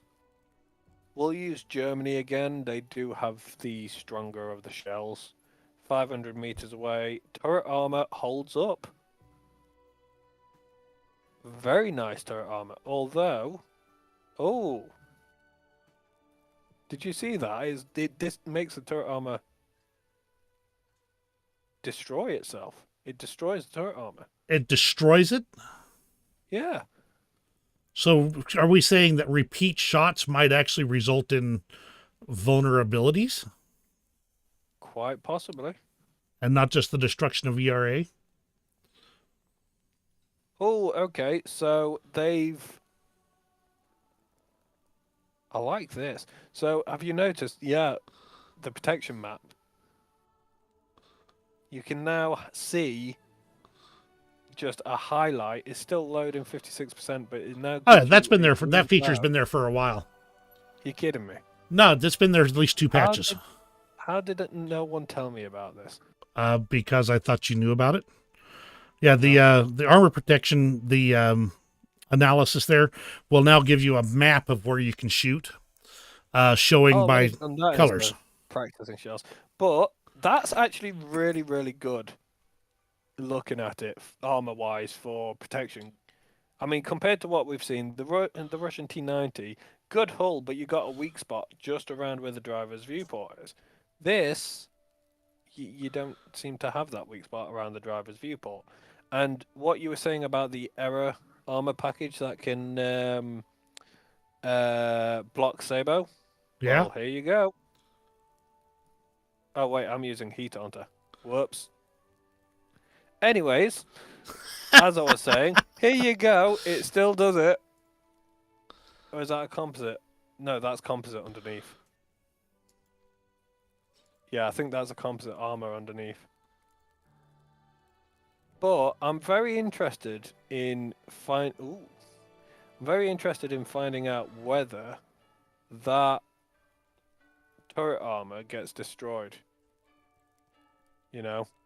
But as we were saying before about the turret armor, when you put on the correct shell, it goes through the turret armor easily. So, my bad. Yep. Take it, and I'm just going to flip to my screen for a moment here. Whoops, wrong button. Let's see, Yep, what did there I you just do go. there? Yep, that works actually. Puts me in the other corner there. But yeah, you can see there that that is what a DM53 will do, all through the lower section and all across the turret cheeks. So. The upper glacis is still good though. Oh yeah, quite. And in a brawl, you know, that reverse speed in a brawl and that upper glacis, you pop around the corner and a leopard's coming around at you. If they take a quick shot, good chance they're hitting that upper glacis. You could hold up. Lapo says he thought you knew about the protection map. And Yeah, well, hello there was just trolling. Oh my heavens, we've got a trolling Obi-Wan Kenobi here. look, Lapo's already in the channel. We don't need another troll.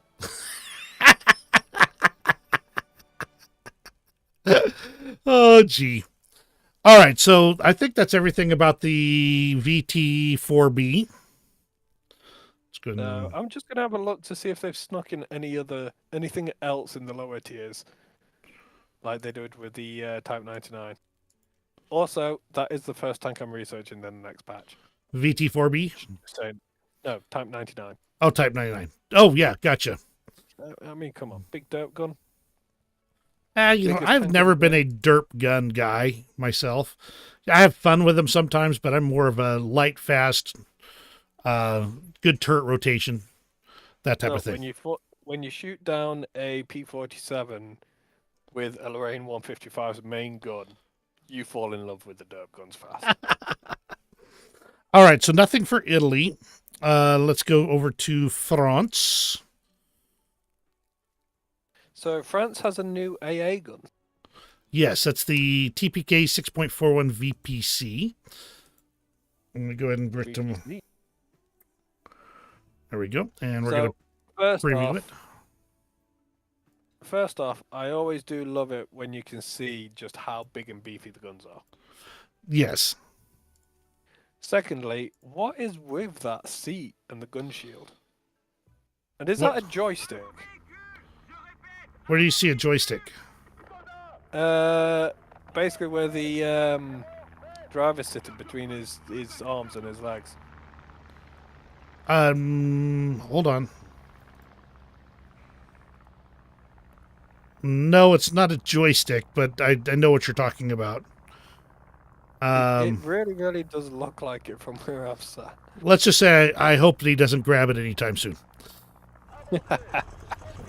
But for starters, you do have HVAP shells on this. Oh, nice. And you do get a belt of HVAP shells where it's 2 HVAP to 1 high explosive, which I think will be the most popular belt for, well, being a TD. Go for because, well, not just being a TD, but being shooting down aircraft as well. Because your only other options are 2 high explosive to 1 HVAP or a mixture of 1 to 1. And realistically, as an AA gun, you always want to have a belt with you that prioritizes the armor piercing or the HVAP. But if you don't have one that's just a full belt of the armor piercing or HVAP, most people tend to just take a default mix. So I think on the, for example, me personally, I think on the 40mm Bofors, I have a couple of belts where it's just the AP, and then a belt where it's the default 1-to-1 ratio. But on this, the 2-to-1 ratio, that HVAP is going to be brilliant for hitting aircraft further away, and high explosive just going to slap them. I mean, 1,200 rounds. So I just blew up a Panther from the side. And you get the HVAP straight off the bat as well. You don't even have to research. Yeah, it's part of the default build. I'll bet.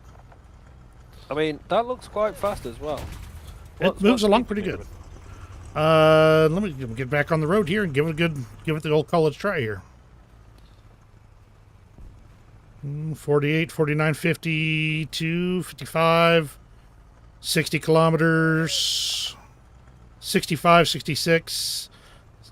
I'm going to hit about 70 kilometers, but I got to make a turn here. 75, 80 kilometers per hour, 90 kilometers per hour, and I think it just topped out at 90. So you can overheat your gun.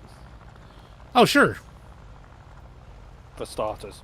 And it doesn't take long. Whoops, return to battlefield. Turret rotation is... Excuse me. Turret rotation is pretty slow, to be honest. For an AA gun.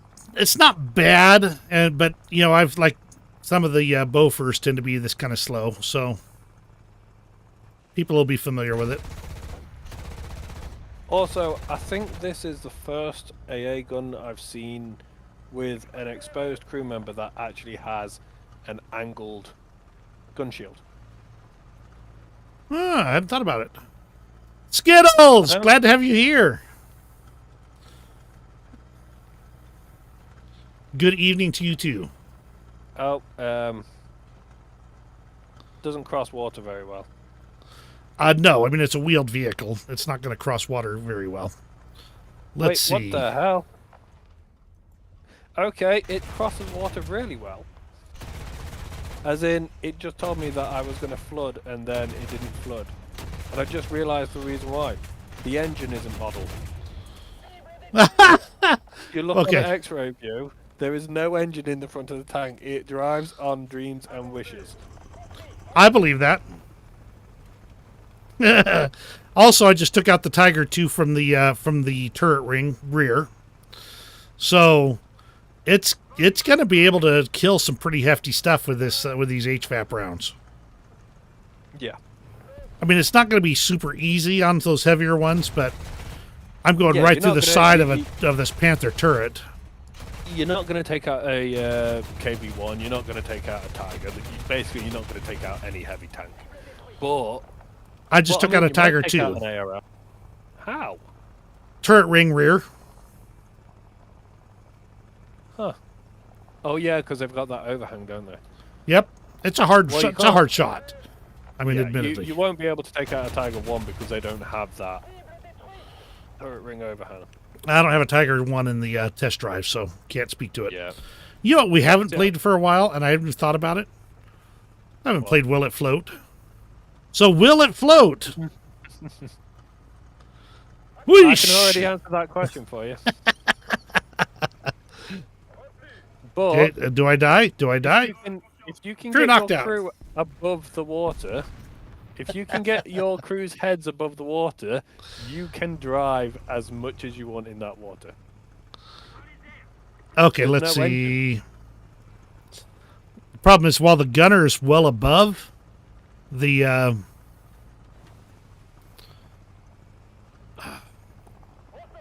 Oh, right, let yourself drown. Just let it drown there. Oh, see? You're not dying. I just died. Now you died. Yeah. Now you died because you put your crew in the water. But where it said you have you're going to drown in 5 seconds, and you just carried on going at that angle, it still, it Yep, doesn't. the kill you engine because they isn't haven't leveled dying. in the engine. No, Right. because there is no engine. Yeah, I see that. It's not even on the. It's not even on the plan there. So okay, It's it said I was going to drown, but oh, there's a deep spot right in front of that. That's Yeah. what I drove into last time. it drives on hopes and dreams. Anyway, it should be a Is it- fun vehicle. I mean, I always have fun with an AA gun. I really hope they model in the engine. Oh, I'm sure they will. I mean, they Things are not probably will, complete. but it's not the first time we would have had a tank come out of dev server and not be fully modeled. That is also true. So, What's the BR on this 6.3? So return the I will hanger. tell you now. It is 5.3. 5.3. So this is going to be comparable to the BTR Z D. Right. Or I agree. The British Bosvark, I think it's called. Yeah, British Bosvark. That was fun. I enjoyed that. Okay, we've already kind of looked at the Leopard 2A7. Do we need to take a look at the Stridsvon 122 Plus? B Plus? Not really. I mean, it's essentially the same. It's got that little strip on the hull again that just seems to be unpenetrable, Right. sort of thing. I think what's the best shell on this one? Yeah, your best shell is not actually as good as what the Not as good as the Leopard 2A7? No, you've only got 589 mil of armor pen on the M95. I'm not even going to try pronouncing the first part of that. Okay, I gotta see what this is. Okay. Oh yeah, the SLPPRJ, which stands for a word. The Slipperge. I was going to say, I call it the Sloppy Joe, so. The Sloppy Joe. Oh my head. All the Swedish people right now are going, facepalm. Yeah. Now, all the Swedish people are going, right, where does he live so I can grab my hunting rifle and come shoot him? But one thing that I found funny looking at the SCRV 122, which I don't think I noticed on the Leopard, is the smoke launchers. At first, I thought they were an active protection system just because of that little box that they're poking out from. I don't think the new Leopard has that, but it looks quite interesting, to be honest. Yeah, the new Leopard doesn't have that. It's just got the smoke launchers on the side of the turret like normal. But I like that little kind of bulky box covering the smoke grenade launchers. It's unique. Something different for sure. Yes. All right, so let's go ahead and move over to Israel for just a moment because it's going to be a couple of familiar items. They get their own M109.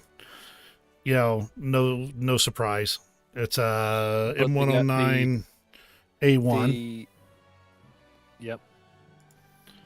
and an M113A1 tow launcher. Yeah, the Hype 99 is definitely bigger than that.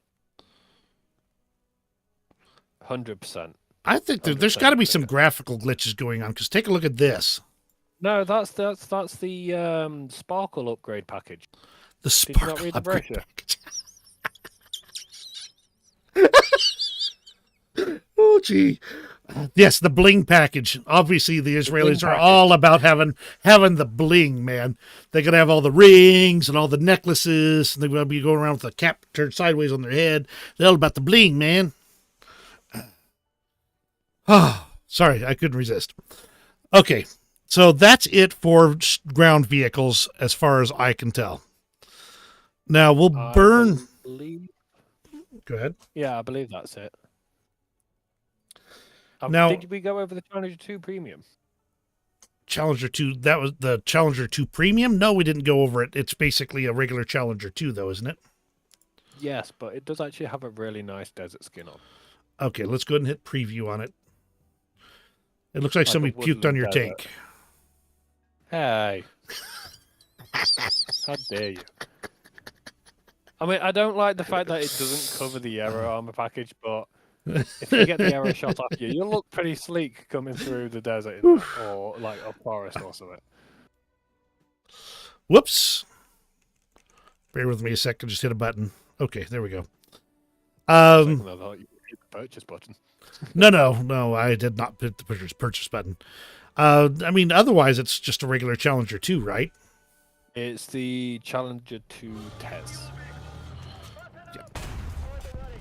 So, yeah, nothing special about it. Drives fine. I really wish they would either give you an option to remove the pizza wedge thingy on top, or what, the table? actually have it function. Yeah, I call it the pizza. Do you know the little stand things that they put on top of the pizza to stop the cardboard? I know what you're talking about. Yep. Yeah, I call it one of those, but I really wish that you could remove it because it's just a flag saying, "Hey, look, there's a here I Challenger am. over There's here." a Challenger right It here. doesn't Yep. do anything. It's all to do with electronic warfare, jamming cell phones and stuff like that. So if they made it so like it jammed drone signals from light tanks, which would be really, really cool. That would actually be really cool if that would happen. And I think But that we're going to see some of that happen in future updates, considering what all's going on in the world and how much drones have been and electronic warfare have become a thing. But that's in time in the future. You know what it's a bit pokey as far as speed. Do you know how throughout history you've got quirky engineer tanks, where it's a tank's been like modified or specifically designed for a purpose? I mean, I'm sure you've heard of Hobart's Funnies. Oh yeah, absolutely. The crocodile tank, the flail tanks, and yeah. What would be really cool is if you could have those engineer tanks, and you could have them set up minefields and stuff like that, and have other engineer tanks come along to remove these minefields, and then you could have tanks like these, like the Tez, where they've got that electronic warfare, where they can jam remote-controlled mines and stuff like that. You know, I think that would be. It could be a really, really interesting addition.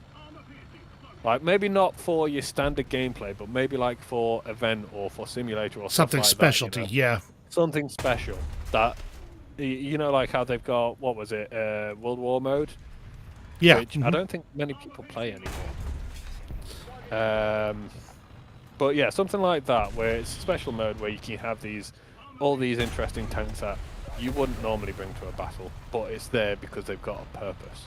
Yeah, a very specific purpose. it allows the other tanks that have these quirky features that aren't really modeled or usable in game to then be able to use them, like bulldozing tanks. You know, the tanks that have bulldozers have them able to use their bulldozers not to dig themselves a trench, but to carve a path through a minefield. You know, it's there's a load of possibilities it could do, Indeed. and I just wish they would kind of think outside the box sometimes. But yeah, I just wish they'd do something more with the Tez's electronic warfare. So, right, I believe we are now on to naval. Naval it is, correct. In the Navy. Okay, now I'm thinking of us putting together a what's the band that does the YMCA song? Oh, Village People. There we go. yes. Putting together a Village People band. Come on, all viewers, we're doing a band. We're doing a new Village People band. All together now. Okay, let's see. The U.S. has got the USS Roanoke, which I already did a dev blog on.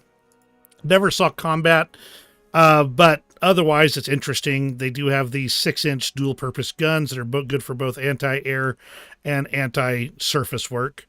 Lot of them. I mean, look at this. 1, 2, 3, 4, 5, 6 turrets, all with 2 guns in them. They've got all these side guns here.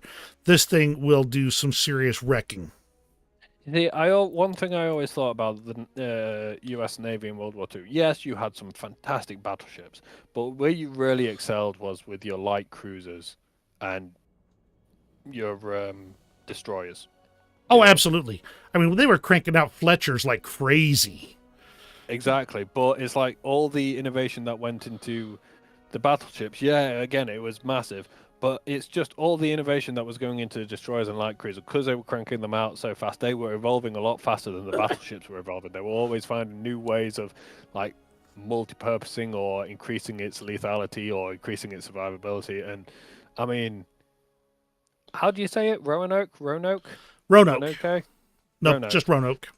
I heard Roanoke. Mike Goes Boom say Roanoke, and I nearly died. I mean, Roanoke, Virginia is a city. It has a very specific pronunciation, and to call it Roanoke just really, it hurts my ears. I mean, this strikes me as quite long for a light cruiser, but just the immense, you can just see it, the immense firepower. I mean, you've got 8 twin 20 mils, that's 16 20 mil guns. You've got 6-inch dual-purpose cannons, 11 twin 3-inch guns with an additional 2 single 3-inch guns. You've just got so much firepower there. There is no way aircraft are coming near you. And how it's laid out as well, you know, it's very, very proportionate. It's all angles are covered. It's long. It's big. I mean, you don't think about how big it is. But look, I mean, for being a light cruiser with as much armor as it has, it's big for a cruiser, and it's there. Yeah, you know, it's in your face. Also, I love the Christmas decks on it. Yeah, the Christmas decoration was really pretty. All right, next one up is the HMS Orion, which I am not familiar with at all. 5 13.5 inch, make that 10 13.5 inch guns, 16 4-inch guns, now, is it and torpedo tubes. Is it me? But after looking at the Roanoke, the Orion looks very, very stubby. That's exactly what I was thinking. It looks like it looks tubby. It looks wide. Yeah, and as a wide guy, that's like, yeah. It looked like someone's designed it much longer and they thought, no, we can make this shorter, but didn't think about making it thinner. Thinner, exactly. That's exactly what it feels like, comparatively speaking. So let me see, 33 kilometer per hour top speed, not bad. I mean, nothing special, but not bad. It'll poke along through the water. And is the Orion, with 13.5-inch guns, is the Orion a heavy cruiser or a battleship? The HMS Orion was a battleship. It was actually I believe it started off as a dreadnought. Oh, is I'm it a thinking World War about One dreadnought battleship that it got was a converted? World War One dreadnought battleship that was basically upgraded uh, as it progressed into World War Two, but I don't think it actually served in World War Two. To be honest, I think it kind of was put in the reserve fleet in the early 1930s, and then I think they scrapped the guns and the turrets to use for other ships and other defenses, if I remember correctly. I could see it. I could see it, especially with a dreadnought battleship. That was well obsolete by the time World War II came around. Yeah. Oh, I'm sorry. No, it wasn't 1930s. It was early 1920s. I've Yeah, just googled okay. it quickly. Yeah. Well out of service by that point. Yeah. Japan gets the Asago. Let's see, Japan. I don't see it. Let's try coastal. There it is. Yep, coastal. It's a motor gunboat. Let's go ahead and preview. Boop. And after looking at those big old ships, looking at this little inky dinky thing, it's like, oh, it's so cute. It belongs in my bathtub, and I can like play captain on it and like float around in all the bubbles. Yeah, it's teeny. It literally does look like one of your toy boats that you would get. It's For, almost the like, a exact kid design. bath. But what I find funny is that you've got, if you look at Russia, for example, with their coastal fleet, they've got the Project 206, they've got the SKR-1, where you've got these twin 76 mil auto turrets. You've got torpedoes. You've even got some with rocket systems. Yeah, At 4.3, at 3.7, you've got the Project 204 with that insane ass, like, what's it called? Mortar. yeah. I know Have what you you're talking seen about. the mortar on it? The Yeah, one that basically looks like it's a drum, yeah. Mm-hmm. sort of thing. Or if anyone's a Star Wars fan, like one of the hyper jump rings for the Starfighter.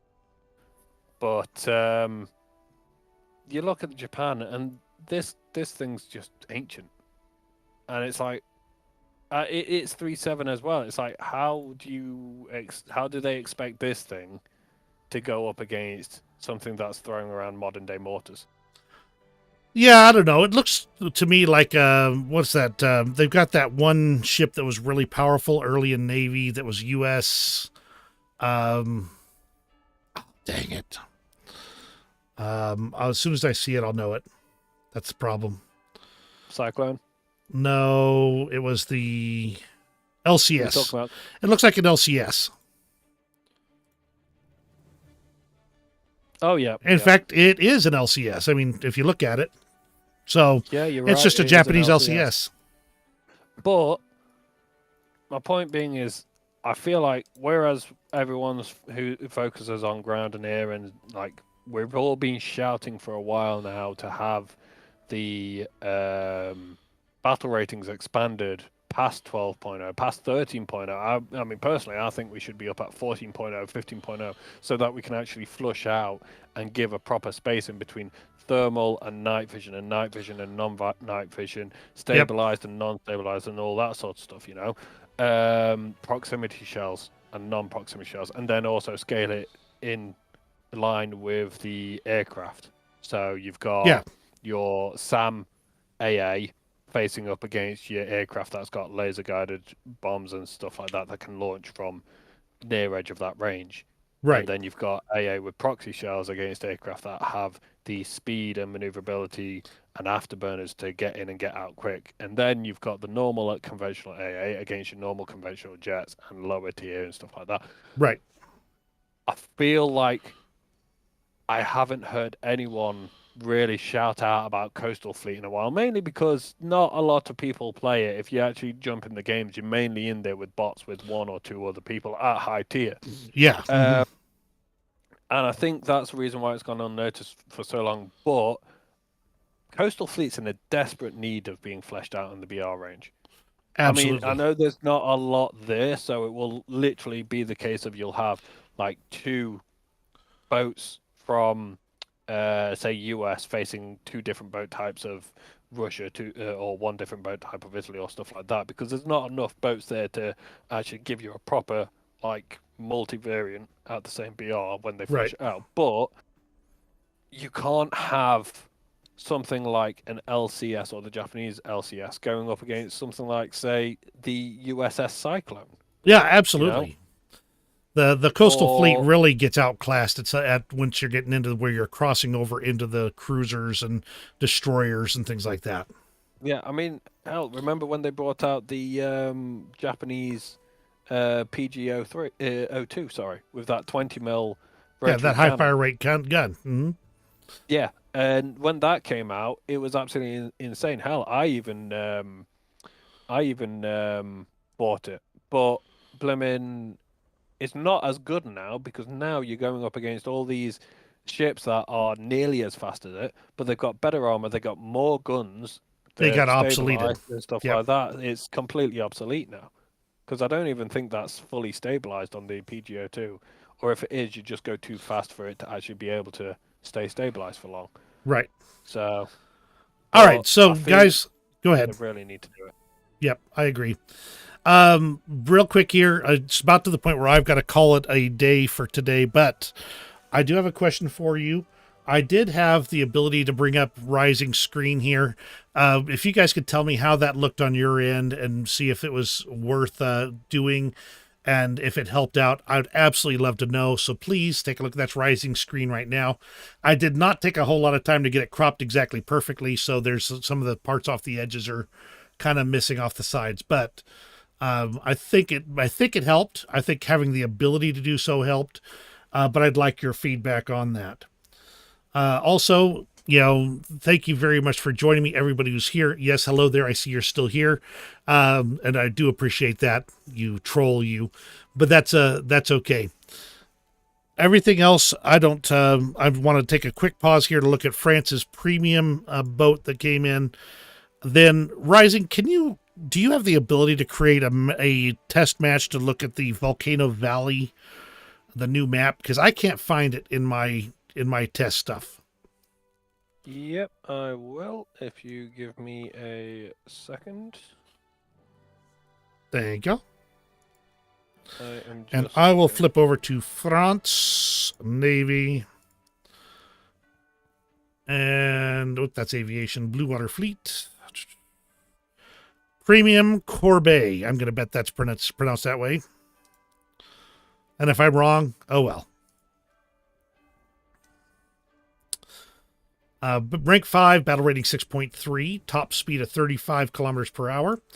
It's got 12 305 millimeter guns, 22 138.6 millimeter guns. Now, those are going to be spaced around, some of them in casemates on either side. So there's, even though it's 22, you probably only get 11 to a broadside. Still, that's 11 guns on a broadside. 4 3-pounders, which I don't know where they're at in here, this mess. I mean, the scale of this thing means that some of those smaller guns actually disappear, looking almost like machine gun nests. Some torpedoes and a whole bunch of torpedoes there. So this looks like it's going to be a pretty good little ship for premium. The premiums at Naval are getting pretty heavy duty, though, so keep an eye on that. Any luck on finding that Volcano Valley? I don't actually think it's in the. I don't think they've added it onto the dev server yet. Okay, that's what I want to check on. Then, on that case, I think that's everything for today. Rising, do you have any last comments before we shut down the stream? No, it's been fun, and I look forward to the next episode. So do I. Thank you very much. And I think I appreciate everybody being here. Glad to have you here every single time. This is going to be the official marketing moment. Well, if you'll hit thumbs up on the stream so that people will know that it's good stuff, I'd appreciate it. You have a great rest of your day, and we'll see you on the next one.